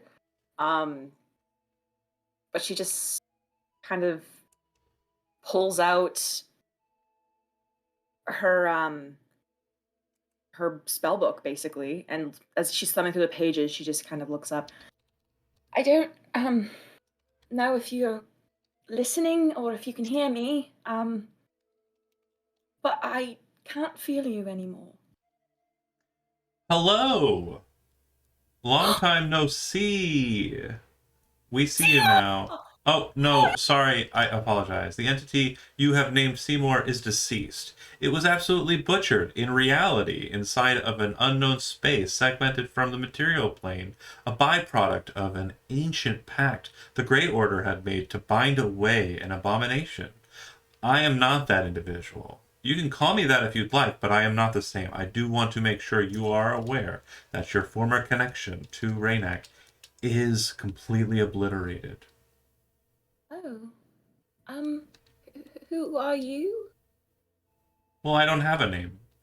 You gave the one you call Seymour a name when they didn't have a name. You can call me whatever you like. If you wish for me to be Seymour, I can be, but I can't promise that I will remember everything that they knew. Oh, that's all right. I'm just happy to have someone back. No problem. Your powers are currently limited. You can speak to me, but your essence will not be restored until you get some sleep. I highly suggest you do that. It seems that your body, your soul, and your mind are all currently exhausted. She just kind of nods. You're making a lot of sense. I think I'm going to call you Cindy. Fury. Oh. Cindy? Yeah. Is this a name usually associated with a gender? She kind of thinks about it for a second. Oh, I suppose it is. I was thinking more. Oh, no, it's fine if you would wish to assign me one. I don't care about that either. I am nebulous in that essence. You can call me she, her if it's your whim. I believe you refer to Seymour as a he, him. And that's fine. I don't mind. Well, I don't mind. I don't mind calling you them if you prefer. Oh, I have no preference. Apologies. Let me reiterate. I really have no desires or really any agency whatsoever. Oh, all right. Okay. Let me think about your name for a moment. And Okay. okay. And if you want to She change just, it like- after you've done it, that's also fine. She just nods. For the moment, I'll call you Seacrest, and I'll think about what I'll name you later. Secrets. Okay. That's Rion Seacrest. It's funny. I like So that. I have a Very question. Yeah, original. shoot. So you said she's outside on the roof. Yeah. Yeah, but not on the same side of the building as you would be. It's a pretty Okay, decent that size. was. I was just curious if like. Yeah, basically, it's like a kind of like if you go like down the long hall on the second floor, there's a window at the end. It's not supposed to be movable, but she knows a trick. If you kind of wedge it a certain way, and then there's like a small kind of like overhang that kind of goes over like a back patio. Mhm. At this point, she sort of like gets up to leave, but kind of remembering herself. Oh, and Seacrest, Hmm. would you mind telling Raynek? I'm really sorry about what happened in there. What? I hope it doesn't happen again. Oh no, it's fine. It's fine. This kind of thing happens all the time. There's nothing for you to be sorry about. You didn't do anything wrong. She just kind of nods, thinking about that. I just want both you and him, or them, whatever Raynek is, to know that, Well, he's a he. Oh. He does go by the name the Dead King. Okay. So, Raynek, sir, if he's listening, Mhm. I just want him to know that I really appreciate all you've given me. I didn't quite realize how much I needed you until you left. Absolutely not a problem. Feel free to rest up, and tomorrow morning I should have some information as to what Raynek wants you to do next. Oh, great. Good night, Seacrest. Good night. Kind of like does a wave to the air, not really knowing how this works. You can feel that its presence is above you. And if you kind of like focus on it a little bit, you can actually see that there is a six-ringed meat eye thing above your head now. Nice. Okay. Upgrades, people. Upgrades. We love to see it. Speaking of upgrades, Yeah, you meet a. Hezrod, you got anything that you're doing at the end point here? he's literally fuming, like scheming, thinking to himself. He just says to no one in particular, I shouldn't have done that to Kernabosk. Okay.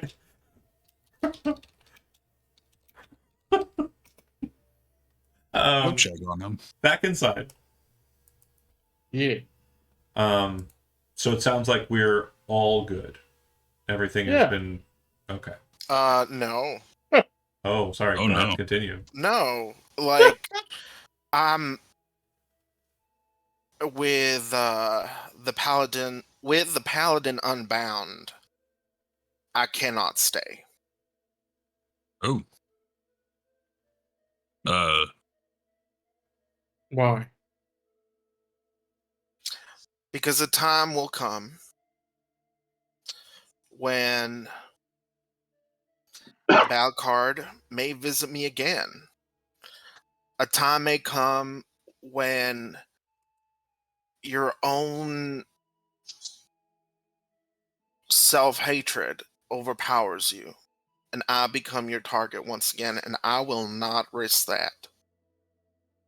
I There's have a never- place where I can be safe. I know that Fiona will never approach there to seek me out, to seek my help, although I would gladly give it. But I must stay where I know that I will be protected and where I know that I will survive. I think, Avrian, whatever boon your god has given you that has broken the power of Joran Balcard over you, I fear it too deeply. And just as I must obey my patron, so must you obey your god. Tonight is the last night that we will see one another in this way. Do you stand up to leave, or do you?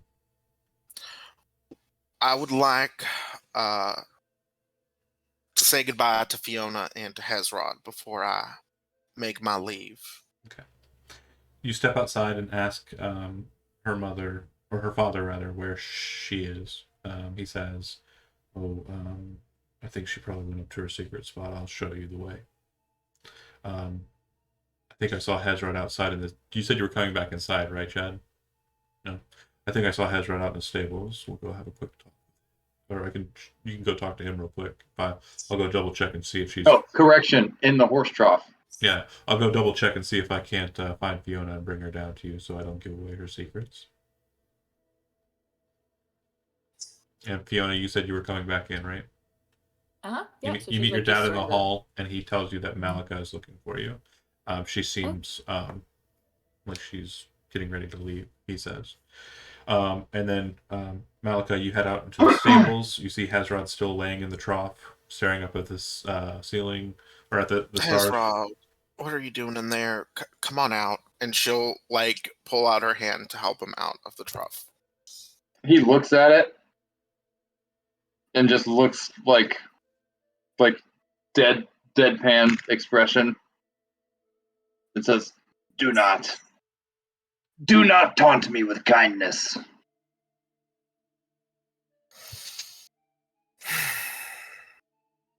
Well, Hezrod, Fiona, I'm afraid that for now, our adventure has come to an end.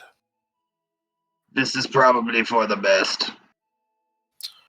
While Avran was taking a drive or a walk, what do I know? He was able to lift the curse of Duran Balcard upon him. What? How? The power of your god, I'm sure. I know not of such things. I'm You should sorry, know. Hezrod, that he didn't share this boon with you. It matters little. You should know. Though I am incapable of harming you without dire repercussions, I do not wish to. But you have wounded me deeply. I knew of your association with the one named Duran Balcard, but I believed your plotting and scheming in his service was directed away from us. Now I am ensnared by this fiend, and it is because of you. At that You point, brought kind this of like on us. She kind of clears her throat and looks over at Hezrod pointedly. I believe Fiona's not there. Yeah, she would have arrived. She would have been told by her dad. Yeah, Oh, she's okay. with she's me. just trailing in at the end. And she just kind of hearing that happen, she reaches out a hand to Hezrod. I believe she is thinking of leaving us. Is that correct, Malika? Yes, I cannot trust a paladin's blade once all of these cards are out in the open. Your father's also with you, by the way. Fiona. Oh shit. I just wanted to make sure that's clear. Do you still say what you just said, or no? I will say I do not trust his ability to hold his ire, especially with everything that we all know now. I feel like it is only a matter of time before his own religious fervor will cause him to do something that can't be undone. And so I have to move on. Fiona kind of thinks about that for a moment. Malika, I share the same thought as you. What I'm questioning is why you think leaving us is the better option. Wouldn't you rather be Hey, you hear in your father say, eyesight? and he places his hand on your shoulder. You can argue all night. Take up all the secret rooms that you want, but it seems like her mind's made up. If Avran's being cold to her and being ill towards her, she doesn't want to be around him. And it sounds like she doesn't want you to go where she's going, okay? I know it No. hurts, and I know it's painful to lose a friend, but maybe you two will meet up again and everything will be good. You're always welcome here, Malika. And first drink will always be first. Thank you kindly. Of course. Remember, Yeah. Fiona, we are, in a way, sisters in a way that others could never be. And I will always remember that. Even if our paths cross in ways that are unexpected. Well, that's probably not likely, her dad says. And as everyone doesn't laugh with him, he kind of goes, well, I'm just going to go on inside. Yeah, Fiona kind of like lightly punches him in the back as he's leaving. She It's like, turns back to Malika. He's right. I can't force you to stay. I can only say that I'm sorry to see you go. And honestly, I trust you more than honestly others. And she just kind of trails off at that. So this is a bit shocking to hear.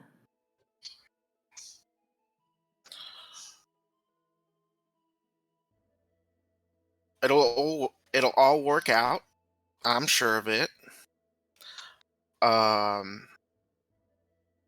Maybe when I gather some resources together, I'll start a women's clinic and you can donate to it.